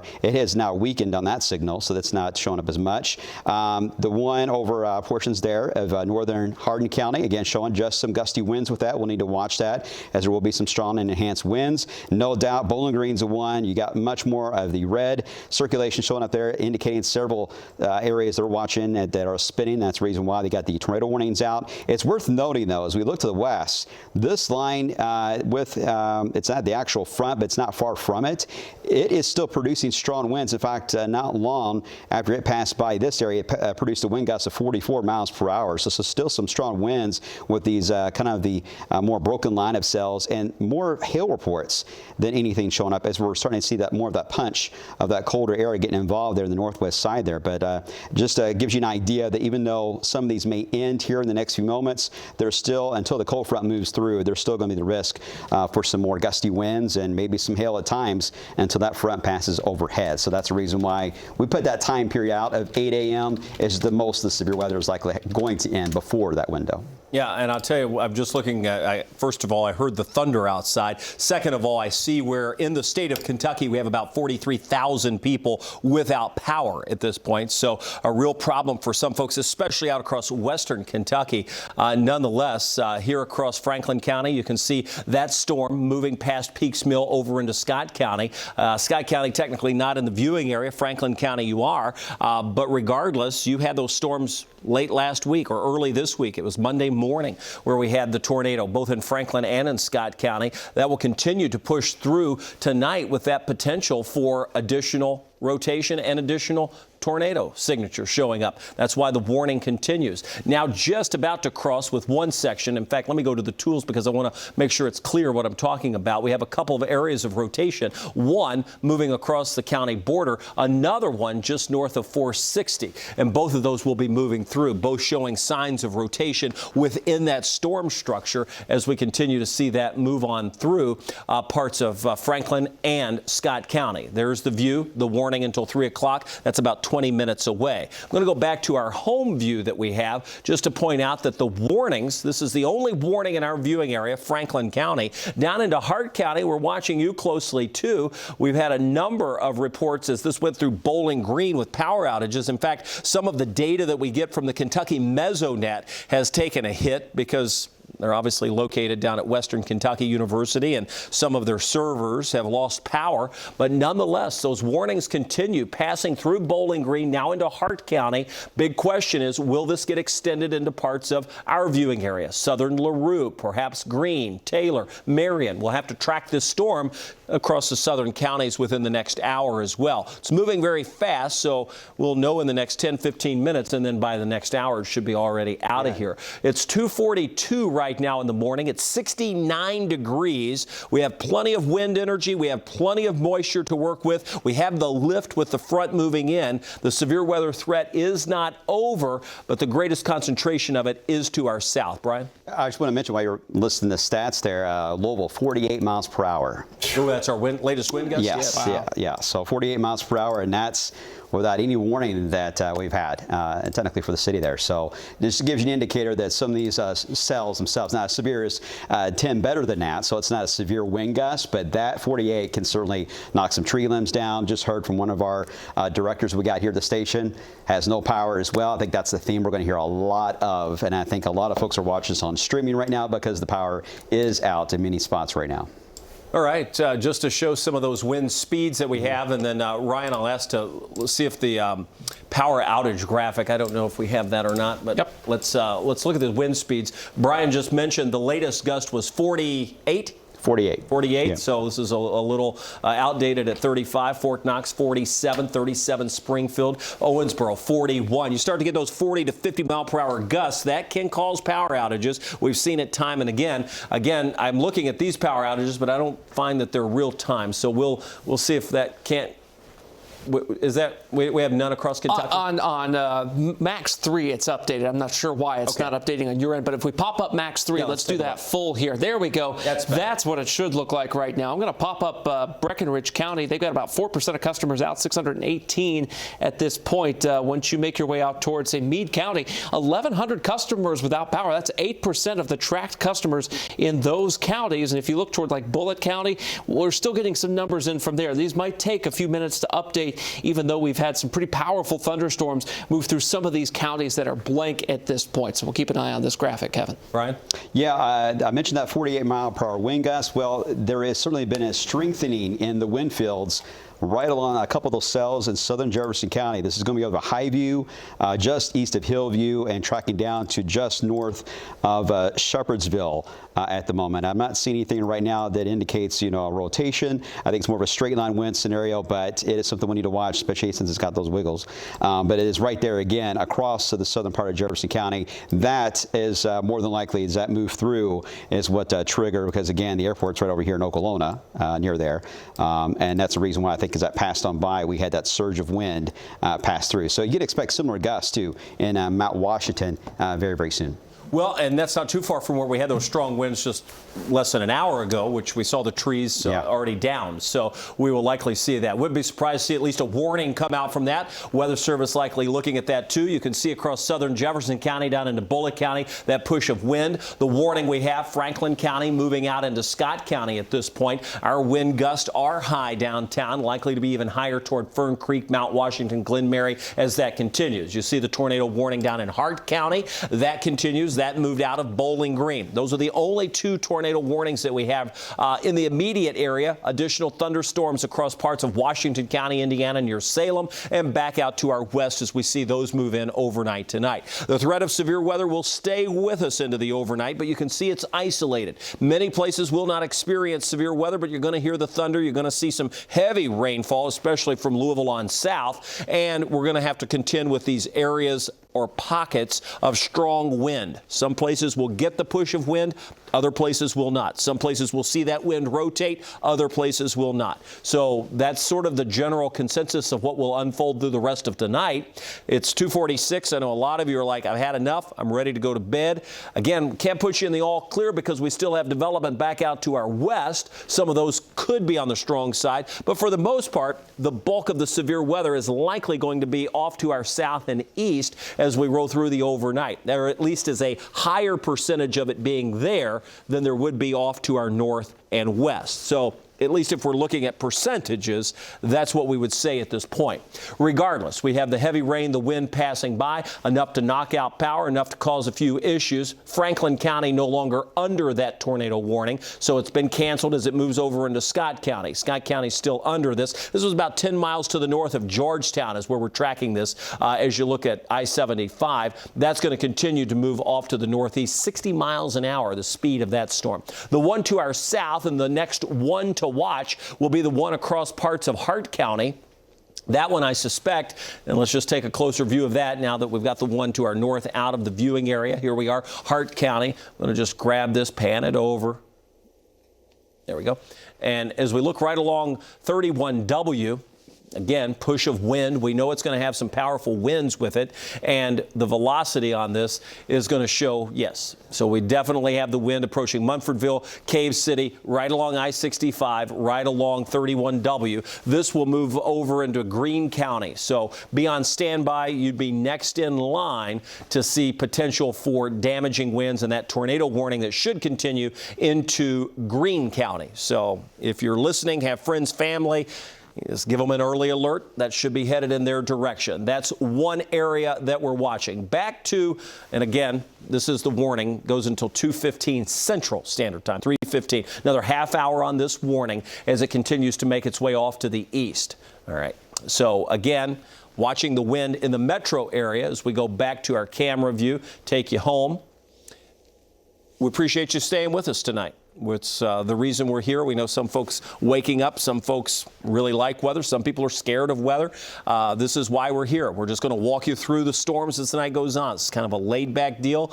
We have made a plan. We're here to make sure that we could get you through a rare event. Rare because it's December the 11th now, and we're looking at atmospheric conditions that are unusual for this time of year, and a rare overnight severe weather event where folks sometimes have trouble finding that information. There's the latest tornado warning to our south. Brian, what do you got? Yeah, a lot of folks sounding off now about these strong winds in Bullitt County and Fern Creek. We're hearing from a lot of folks saying the wind is just like crazy strong right now.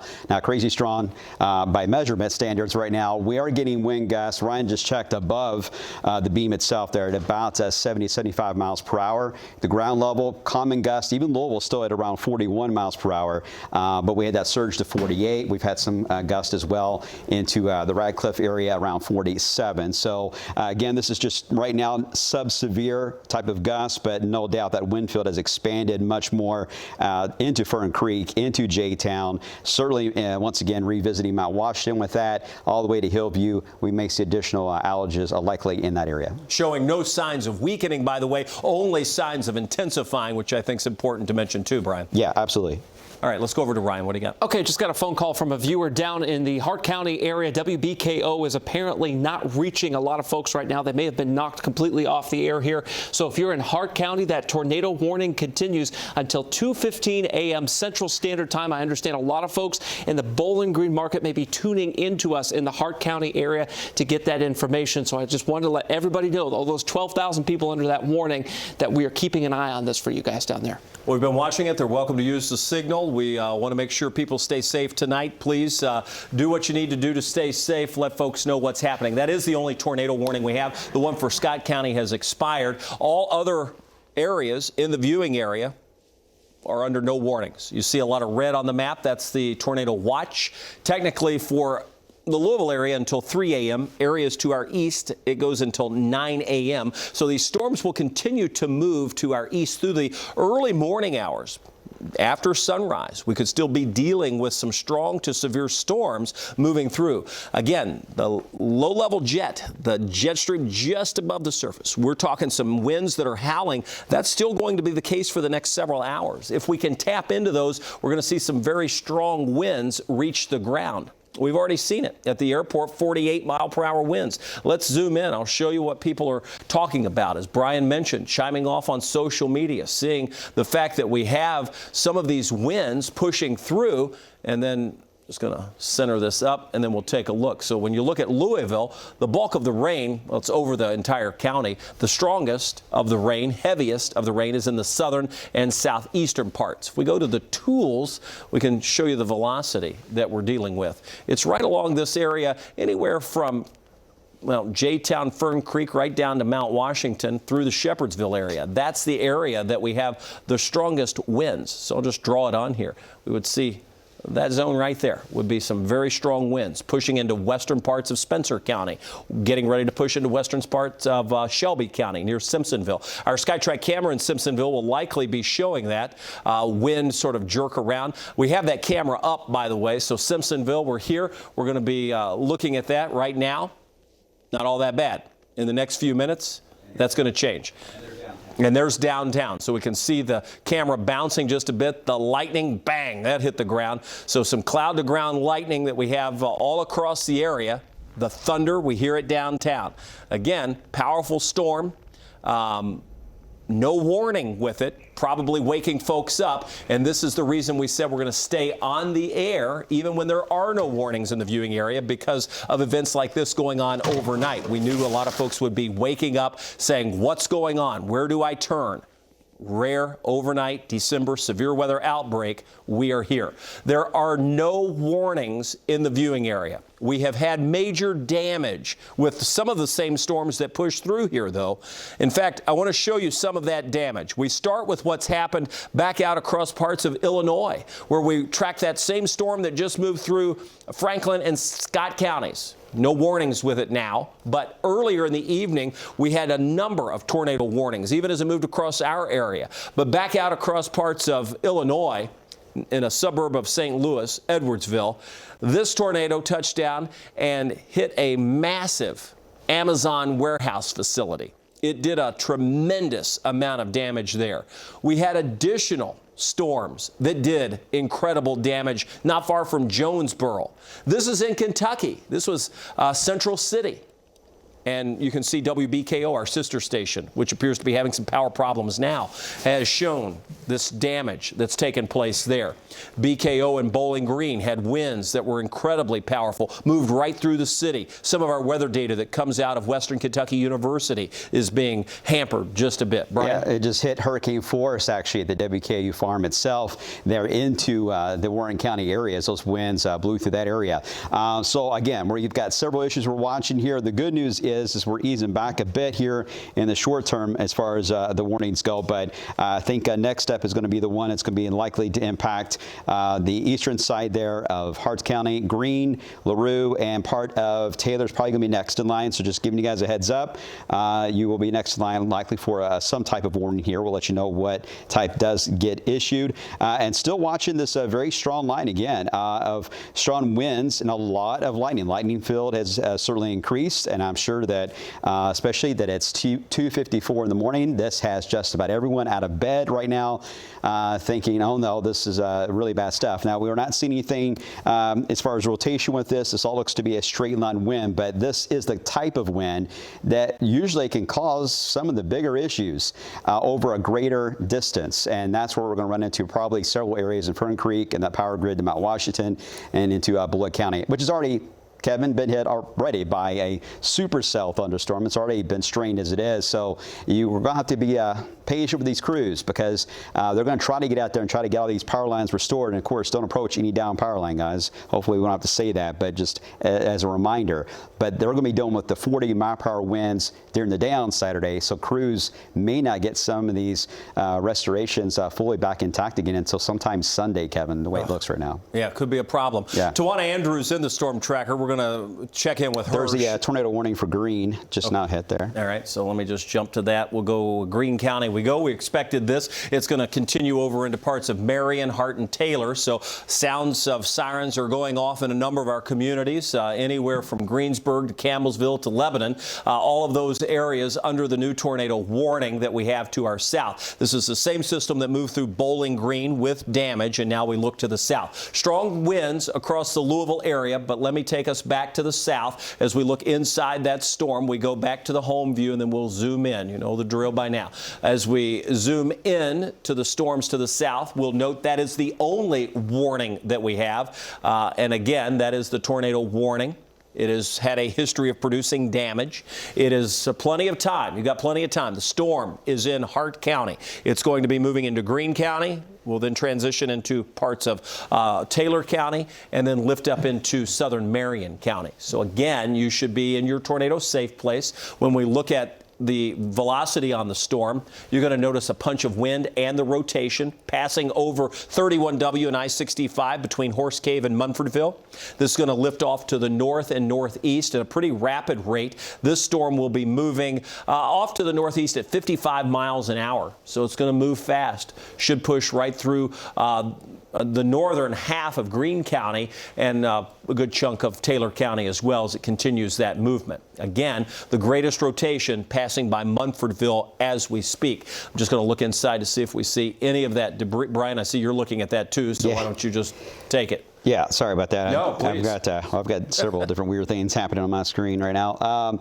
Yeah, let me try to get rid of this. Oh, sorry I didn't mean to ambush you while you were. It's all right. I got gremlins that are really lighting up my system here. Yeah, that rotation behind that bar, that's a little V-notch, if you will, a little couplet that is showing up there. You're right. That's right there across I-65. And again, there's the Bonneville area that we talked about earlier, but it's south of Bonneville. This is moving so fast that really what we have to do in these scenarios is, even though we're showing in many cases there where we've got a list there of the current radar trends, we're basically going to have to keep in mind that the towns are likely going to be impacted or already getting impacted just in advance of this. So that's something to also trend as we get throughout the next hour, especially. I'm talking about, say, heading into the eastern side there around Rio, heading into Pikeview, excuse me, Monroe, already to Wickerville. It's already into that zone more than likely. When they move that fast,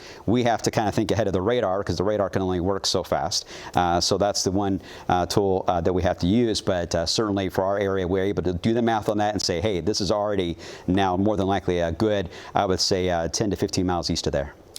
All right, we're watching that storm. Obviously, it's the tornado Warren storm. We're also watching storms here in the metro. Tawana Andrew aboard the storm tracker. Can we check in with Tawana? Let me know when she's ready. I'd like to at least see what's happening in Louisville. We see the images coming from her, but I don't know if she can hear me or if we can hear her. So somebody say that again. Okay, Tawana, can you hear me? So I'm going to go with no on that. So we'll get her hooked up. We'll reach out to her to get dialed in so she can hear us. We'll get a report from her coming up. Very strong rotation still showing up to the south. The storm trackers in Louisville right now deployed back out to check out some of those strong winds moving through. But the strongest of the winds are likely to our south, where you see the tornado warning from Munfordville to Monroe moving across Greene, southern parts of LaRue, and into Taylor counties. That storm system will continue off to the northeast at about 55 miles an hour. Again, the radar showing plenty of rain, but the main threat's the wind, and that's been the theme of the night. We've seen a lot of echoes showing up on the radar, both reflectivity as well as the velocity. But when you start to see these couplets, it's the real deal where we have had damage, and we've seen a lot of damage. By tomorrow, when we start to really take account of what has happened, you're going to see how big this outbreak was across a good Bowling Green, WBKO, where this storm that's got the tornado warning for some of our southern Kentucky counties is originating from. And they say that the storm knocked out their power, and they're trying to get footage out, but it's been just really tough. And of course, they've got damage all over the city there in Bowling Green. This just shows that this storm has a history of producing damage in the Warren County area. So we got to watch this one close, Kev. Okay. Just shooting Tawana a message here, see if she can hear us. And Kevin, while you're doing that, just want to show you guys too real quick. We still also have these severe thunderstorm warnings right on the edge of our Indiana counties there to the north, just to give you an indicator that even though we have all the action out in advance of, there's still a chance to get additional warnings there for strong winds in behind this as well, Kevin. Now back to that tornado setup there.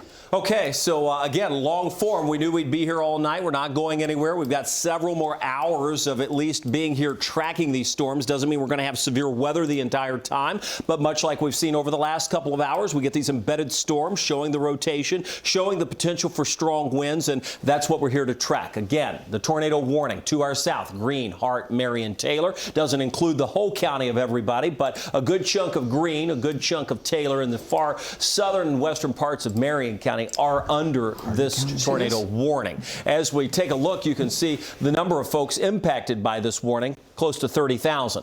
When you look at the reflectivity, heavy rain, not a whole lot of hail showing up, and we haven't had a whole lot of hail today, but we have certainly seen the rotation, and that has been there with this storm through the entire event. You can clearly see it, that red and blue or green showing up close together. That would be the rotation. That is reds going toward the radar, greens going toward the radar, reds going away, and that is exactly what we have with that couplet showing up. No debris showing up out of that at this point, which has been a good indicator throughout the evening of when these have been on the ground, but that's not something that we're ready to just sort of write off at this point either. As we go out in distance with the radar, the beam gets higher in the atmosphere, so we have to take into account for that as well, simply because it's placed on the Earth, and the Earth is curved, and consequently the farther out you go with distance, the higher that beam gets into the atmosphere. So something that we watch as we take a look as well. Once again, we've had a number of reports of damage from across the area tonight. With this storm, it is the only warning that we have. We've been tracking storms all night. Some of them have put down tornadoes and caused major damage. Others have not. They all have great potential to cause wind damage, at least because of the strong wind field that we have above the surface of the Earth. Brian, let's talk about sort of the lead time we've had. Now today we're getting a lot of lead time on the warnings, but we first mentioned this back at the beginning of the week. We had our eyes on this saying, oh, even last week we were saying we're going to have to watch late next week into early weekend. Well, we knew that we were going to have two rounds, one that took place last Monday morning, one this week, but we need to take it one step at a time. And then, of course, we had the ice that happened. Remember, that was just this past week as well on Wednesday. So what a week it has has been. But certainly today is one that really stood out because of the wind fields are just so tremendous. I mean, this is getting to be a very powerful cyclone. We call this in low pressure terms as it moves into Canada, way up to our north. But it's just feeding this kind of a system to where a lot of you had the same question. Why are we dealing with this when we don't have it, first off, a spring setup or in the summer, or better yet, we didn't get any sun today? It is unusual, and it's all been about the warmth and the moisture. Sun didn't really matter in this type of setup here. So and that's the problem, is that the wind fields and the moisture are still funneling in right now. As I'm talking to you, that is still happening. So that's why the warnings keep coming out. And until we change that moisture level in the atmosphere, we're not going to be out of the woods, and that is going to be with the cold front, and that's why we're still technically a good 4 hours or so away from that passing all the way through. And that's also the reason why you still see the warnings that are coming out, even behind all this mess, because normally this would be a very weak line and nothing going on. But the wind at times has been pretty strong. I've seen wind gusts over 50 miles per hour still with some of these cells into Indiana. So we'll still deal with another round of wind, no doubt about it. But notice certainly this big blob here is kind of trying to take over the show. Remember, just 90 minutes ago, these were all individual cells. And this is what happens when they all collide together. Now, it's good. It cuts down on the dangerous tornado threat that could be long-lasting, long-tracked tornadoes. The exception is going to be anything on the southern edge of that, and that's exactly what we have going on right now into Greene County, into Hart County at the moment there that is moving through. So we're not out of the woods yet. I would say we're about 60% through the area. What do you think, guys? Yeah, you know, the fact is, this winds can be pulled down to the surface with even just a general thunderstorm. So that's sort of what the problematic part is while we are dealing with one tornado warning, any of these thunderstorms that tap into those winds can bring down very strong, powerful winds to the surface. And that can happen with any rain that's passing by. So that won't end until sometime during the early morning hours on Saturday, somewhere around 6, 7, 8 o'clock. So we're technically not out of the woods until that passes by, but in the meantime, we're still having to track some of these storms showing rotation. Notice the tornado warning within the tornado warning. That's oftentimes a tornado emergency. So let's take a closer view of that, and just to see if that's indeed what we have going on. I believe it likely is. So indeed, this is a continuation. Brian, do you have any information on this warning within the warning? It would be a tornado emergency. Yeah, I believe it was, we had a tornado debris signature on that one as it came through, so I think that's the case on it. Yeah. It just came out. It is observed. It's confirmed. This tornado is 10 miles east of Munfordville, moving off to the east at 55 miles an hour. So we had the tornado warning. They issued a smaller one within the warning. That's it. It's on the ground. Folks in Greene County, do what you need to do. Get to the lowest level, out of the mobile homes. Call people in Greene County. Let them know. Northern parts of Taylor County, let them know. Parts of southern Marion County, let them know. I'm going to, in fact, while we're talking, and Ryan, while you have a report, I'm going to wake up a buddy of mine that's in down in Raywick. Yeah, it's so important to call your family and friends that are going to be in this warning. The warning just issued, of course, for Greene, Taylor, and parts of Marion County. Another breaking news situation here. I-65, both directions going to be shut down between Outer Loop and Fern Valley Road here in Louisville because of power lines across the road. Tawana Andrew is live aboard the Storm Tracker, and she will be heading down there very shortly to give you an update on that situation before we look for more storm damage here. But you can see the live Trimark camera here. They're getting ready to shut down 65 because of those power lines across the road. So we've got multiple breaking situations going on at the same time here that we'll continue to monitor. And folks, like I said before, if you are under a tornado warning, please, please, please observe that with the utmost respect. Please get underground if you can. If you're in a mobile home and you're under a tornado warning, you need to evacuate that mobile home immediately and go to a more sturdy structure. Kevin, I know you've been on the phone with folks trying to wake them up, get them prepared for this. Gosh, that's so important. Yeah, I'll tell you, my best friend lives right here in southern parts of Marion County. I've got a brother that owns a store there. So we're watching this couplet. It's moving out of Hart County. It's going to move into Greene County. This is a confirmed tornado. It's on the ground, and it is going to be moving through Greene, through Taylor, and into southern Marion County. Where that goes exactly from that point, still to be determined, but you can clearly see that rotation that we're watching on the velocity. Let's take a look at see if we can see any of that debris showing up. Again, tough to tell. Doesn't look like a complete signature there, but nonetheless, we are a distance away from the radar, and that always becomes a little problematic. On the radar view, I want to point out that we still have a lot of heavy rain falling. The Hart County tornado warning will be allowed to expire. That's obviously been replaced with a much larger tornado warning. Again, it is confirmed. It is on the ground. This was located at last check about 10 miles just off to the east of Munfordville. So here's Munfordville. That storm would be right here. We've put that on with the velocity. And as we click that on, you're going to see the rotation. Now across the county line, as we, again, look at our tools, put on the draw feature, and there is the couplet that we're watching. That's the tornado. That's going to be moving off to the north and east at about 55 miles an hour. That storm's moving northeast at 55. Confirmed tornado on the ground. Tornado safe places where you have to be. This, again, is a powerful signature showing up through the velocity. The reflectivity shows it. We've seen this continue to push through. There will likely be damage from this storm. We have this storm that moved through the Bowling Green area has already knocked out power in a number of places. In fact, our Kentucky Mesonet stations have taken a hit because the power is out to the servers there. Notice here in Louisville, our wind gust, we've been pointing that out too, 46 miles an hour. We're not ignoring anybody tonight. We're all seeing the ability for strong winds. It just so happens to our south, that is the only tornado warning that we have. Severe thunderstorm warnings are just to our northern parts of our Indiana counties. Not to say that any of these back out to the west would not become severe with the potential for some very strong wind as this moves in. So parts of Monroe and Morgan counties of Indiana seeing some severe thunderstorm warnings. That's just north of us. The only warning that we have in the viewing area is to our south, and that includes not just Hart County, but extended across parts of Greene, Taylor, and into Marion County. Brian? Yep, and that's the feed again. They're right there in that southern edge where I have highlighted more into the red. That's the fuel that is still relatively untapped.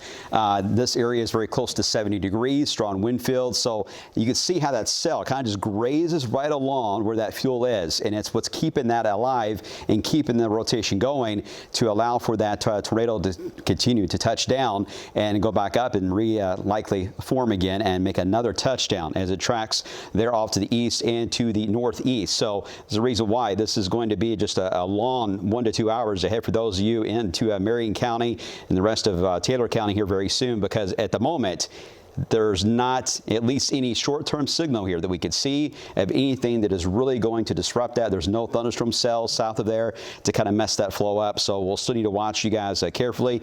Kevin's been mentioning, of course, back here into the core of the city. We had that strong wind field move through. I did check. It looks like the airport did peak, and that was about 45 minutes after 2 at about 49 miles per hour. But still had a gust at the top of the hour at 46, so very windy. And still got to keep an eye on these cells. A little more fragmented here across the Wabash Valley itself.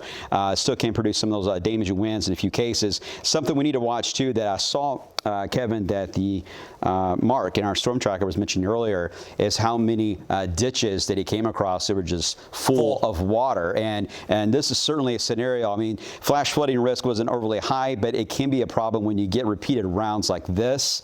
So that is something we'll have to just keep an eye on. As we always say, turn around, don't drown, but it's certainly in a time period where you can't see anything. It's in the middle of the night.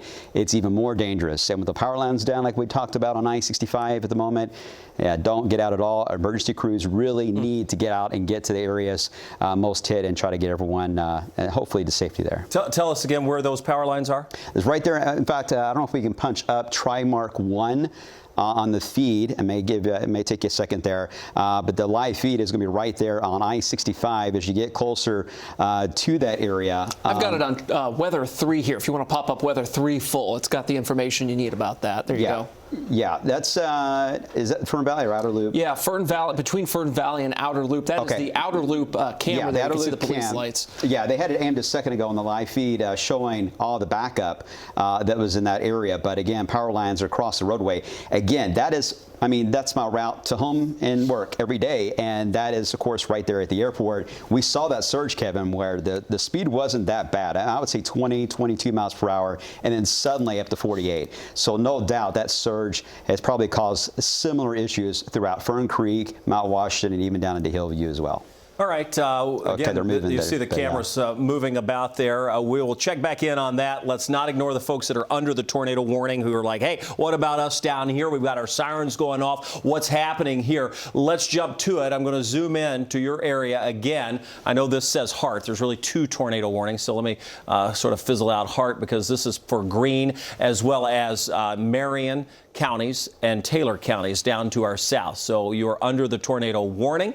Again, that goes for just a bit longer. This tornado warning is until 3:45. You can see that storm is moving out of Hart and pushing into Greene and Taylor and Marion counties. There's the Raywick, there's Mack, there's Campbellsville, Greensburg, Powder Mill. You see the locations and the path of this storm. As we look at the tools on this and show you the velocity, remember that tight little couplet that we saw. Punch of wind, rotation right there. And that's what we're noting. Moving very close to Greensburg, should go just north of the Greensburg area. In fact, let's just zoom in a little tighter. I'm going to just zoom in. We'll take you right down into this storm. Anywhere between Greensburg and Mack, you're in for some strong winds. The strongest rotation is going to move near Summersville. That's right along 61. As this storm moves to the northeast at 55, it should travel right along 323, moving across the Summersville area, likely already there. Again, the radar, it takes time to process the data, and by the time these things are moving at 60 miles an hour, it's a little bit old. We can't help that. With that, let's just grab the radar. I'll point out this is the zone of the strongest rotation that we're seeing. You'll note that on the radar through the velocity. Let's grab the radar and just pan it down to see who would be next in line for these storms. Summersville, certainly. Highway 61, moving along 323. That takes us across the county line into Taylor County near Bengal. This should take us as we move just north of Campbellsville. So White Rose, 744, 210. So this is 210, comes right down into Campbellsville. This is going to take you right through there over the course of the next 15 minutes. Fast moving, 60-mile-an-hour winds. That eventually would take you across Taylor County and put you up into parts of Marion County. There's Newmarket, there's Raywick. Loretta sits just to the north. So southern parts of Marion County would be in line as well for this storm. That's the zone that we're watching with the tornado warning. Back to the radar, seeing rain, likely hearing some lightning. The tornado warning is for parts of Greene, Hart, Marion, and Taylor counties until 3:45. That's the only warning that we have in the Wave 3 News viewing area at this point. We have additional warnings to our north across parts of southern Indiana. Not in our viewing area, but just outside of severe thunderstorm warnings. And you can see those. They go up toward the Indianapolis area. Those include Bartholomew, Brown, Johnson counties. That goes until 3:30 as well this morning. Let's go back over to Brian with an update on the storm to our south.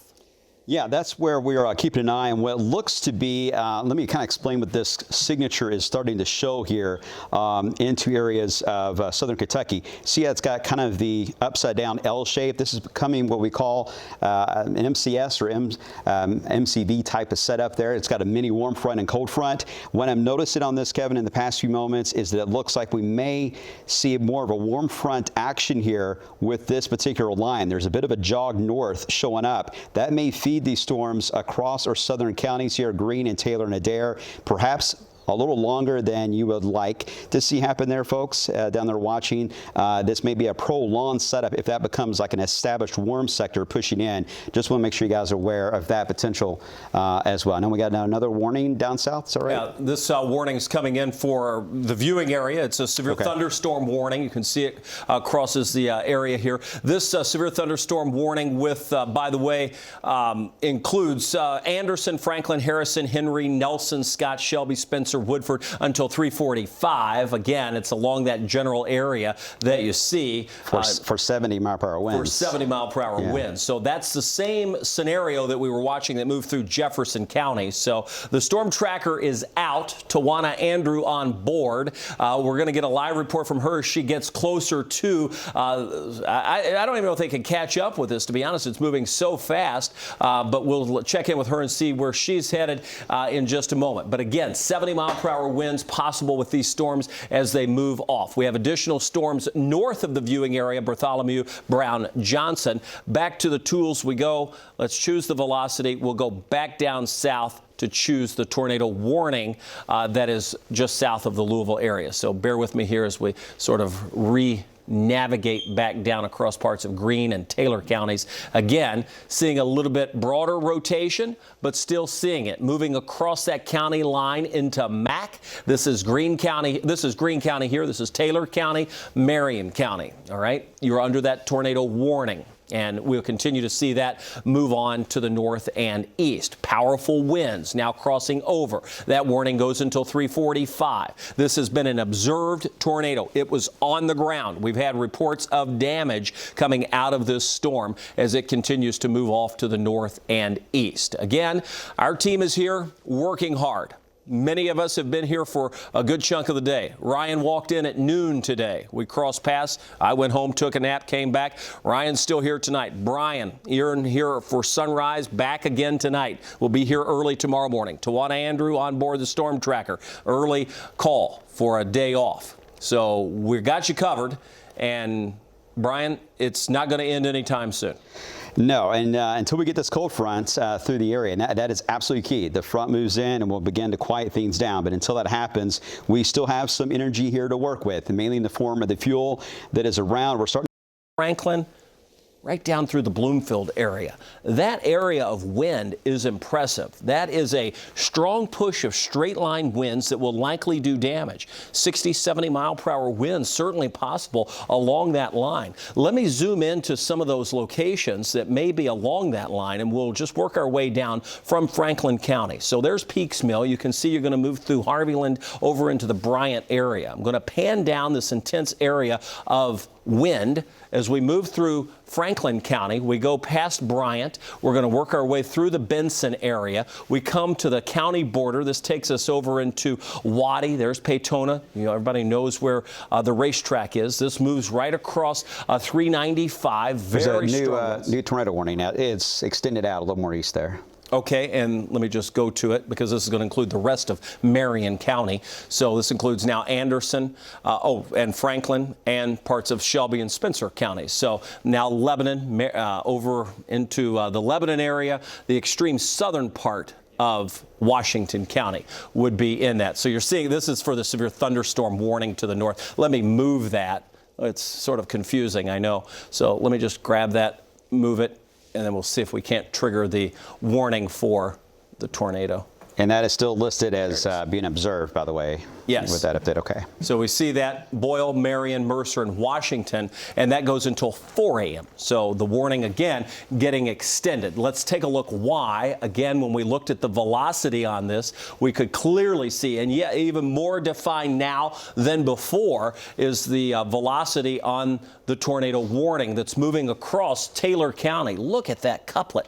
This storm, likewise, has had a history of producing damage. It's an observed tornado. That is on the ground. This is Campbellsville, just north of you. This will move into southern Marion County. Again, if you have friends or family in those areas, please let them know what's happening. A storm that is intense on radar and likely showing up on the ground, confirmed near Campbellsville, moving northeast at 55. It's going to take it. And again, you see the tornado warning within the warning. Oftentimes, an indication of a tornado emergency, something that really deserves attention, meaning, hey, we've got a tornado on the ground. Important. Wake up. Get in your tornado safe place. This is a dangerous situation, you've got to be in your tornado safe place. Brian? Yeah, I'm just looking at the fields, and again, it's right there on, it's like 744 south of Findlay. It looks like to be the closest rotation of that. Most folks, when they travel into at least Campbellsville area, come in from the Louisville area, do travel in from 210, but certainly right into that range. I got the warning off, so let me see if I can get an idea of some of these, at least wind fields we've got near it at the moment, and this may not be completely accurate, but overall roughly about 95 to 100 miles per hour is what we're getting as the potential wind field that we have right there over the Hobson area. It's like 269, or is it 289? It's 289. Thank you. Sorry, my eyes are not that great, but it is moving quickly. I mean, this is one of those. This is probably I would say the most intense rotation we've seen on any of them tonight. Is that right? In our area? I think Yeah. so. You know, we've saw the reflectivity look better on a couple of them, but this is certainly the greatest couplet that we've seen on velocity. We'll wait another scan to see if we see anything on the correlation coefficient. That's the debris.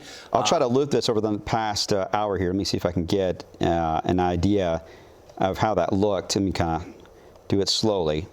Let me rewind it. You'll be able to see how it moves in. And then, yeah, it started to really, Brian was looking at this a few seconds ago, and you really see it tighten up right there. And now it is a little less defined, not dramatically enough to certainly let the guard down, but it's looks like it's tracking just south of the New Market area there. And that's moving into just right across the border into Marion County. Yep. This will go just south of Lebanon, which is the largest population of Marion County. That'll take it right up towards 68 and should approach perhaps near Bradfordville and as you work your way farther along 68 there. So again, this is where we were looking. Right like that is where it's going to go. Track it right over toward the Danville area. So again, powerful storm showing up on radar, showing up on the ground. It is confirmed. We have a tornado that deserves attention. Everyone along that path should be in your tornado safe place at this point. Back to the radar we go. When we say the reflectivity, that's this. It sort of gives us a measure of the intensity of what's falling, heavy rain, of course, but what gives us a better view of what's happening in the storm is the velocity itself. This is winds both toward and away from the radar. You start to see some of those colors side by side, sort of wrapped around one another, if you will. That gives us an indication of where we have that strong rotation. We see that very close to the Findlay area, moving right across that county border toward the New Market area, 68, over toward Peckford, over toward north of the Bradfordsville area. Ryan, what do you have? Okay, now this has a tornado debris signature just popped on the scan here, and it is a mean one. This is moving toward the US 68 New Market area, just crossing the Marion County line now. Get in your safe place immediately. This is a tornado in progress. We see it clearly. It is something that we have had spotters refer that say it's observed. We've noted the velocity to show the couplet, and now, as Ryan pointed out, on the debris detection, we can see that blue showing up. That is where the radar sees essentially something that says, hey, this should not be here. This is some type of debris that it's seeing, and whether that's tree limbs, which typically may not show up quite this bright. Typically, it could be metal that's in the air. It's showing something that's being lofted into the air that means there's likely the tornado on the ground, which we've been saying all along. So right toward the Findlay area, moving toward New Market, Pecksford, this will be the area of concern as we track this storm just on the south side of Lebanon as it moves across the county border. It's there now. Again, when we go back to the velocity, you're going to see what we're talking about. Strong couplet showing up in this general area. Tornado warning in place. Sirens sounding. This is south of St. Mary's. Loretto, you're okay. Raywick, you're okay. Lebanon, you are not okay. You are going to be very close to this track. For folks on the south side of Lebanon, you have to take cover. Your tornado shelter is the place to be. Sallytown, you can see this storm is going to go right between you and Lebanon. So you've got to be prepared to see how this sort of broadens out over the course of the next few minutes. It's fast moving. It's moving at about 55 miles an hour off to the north and east. Marion County, get in your tornado safe place if you're in the tornado warning. That includes areas between Lebanon and Sallytown. Moving right across New Market now. Peckford is next in line. Brian? Yeah, I'm trying to put a storm track. I'm going to do that real quick on some of the towns. You already listed quite a few of them. Let me try to get a little more of a pinpoint on that with it tracking at that speed. As long as it holds that speed of about 55 miles per hour, what we'll do is I'm going to broaden this out just a bit and even include for those who are right on the edge there of wave country that are watching us right now on streaming. So if that current track that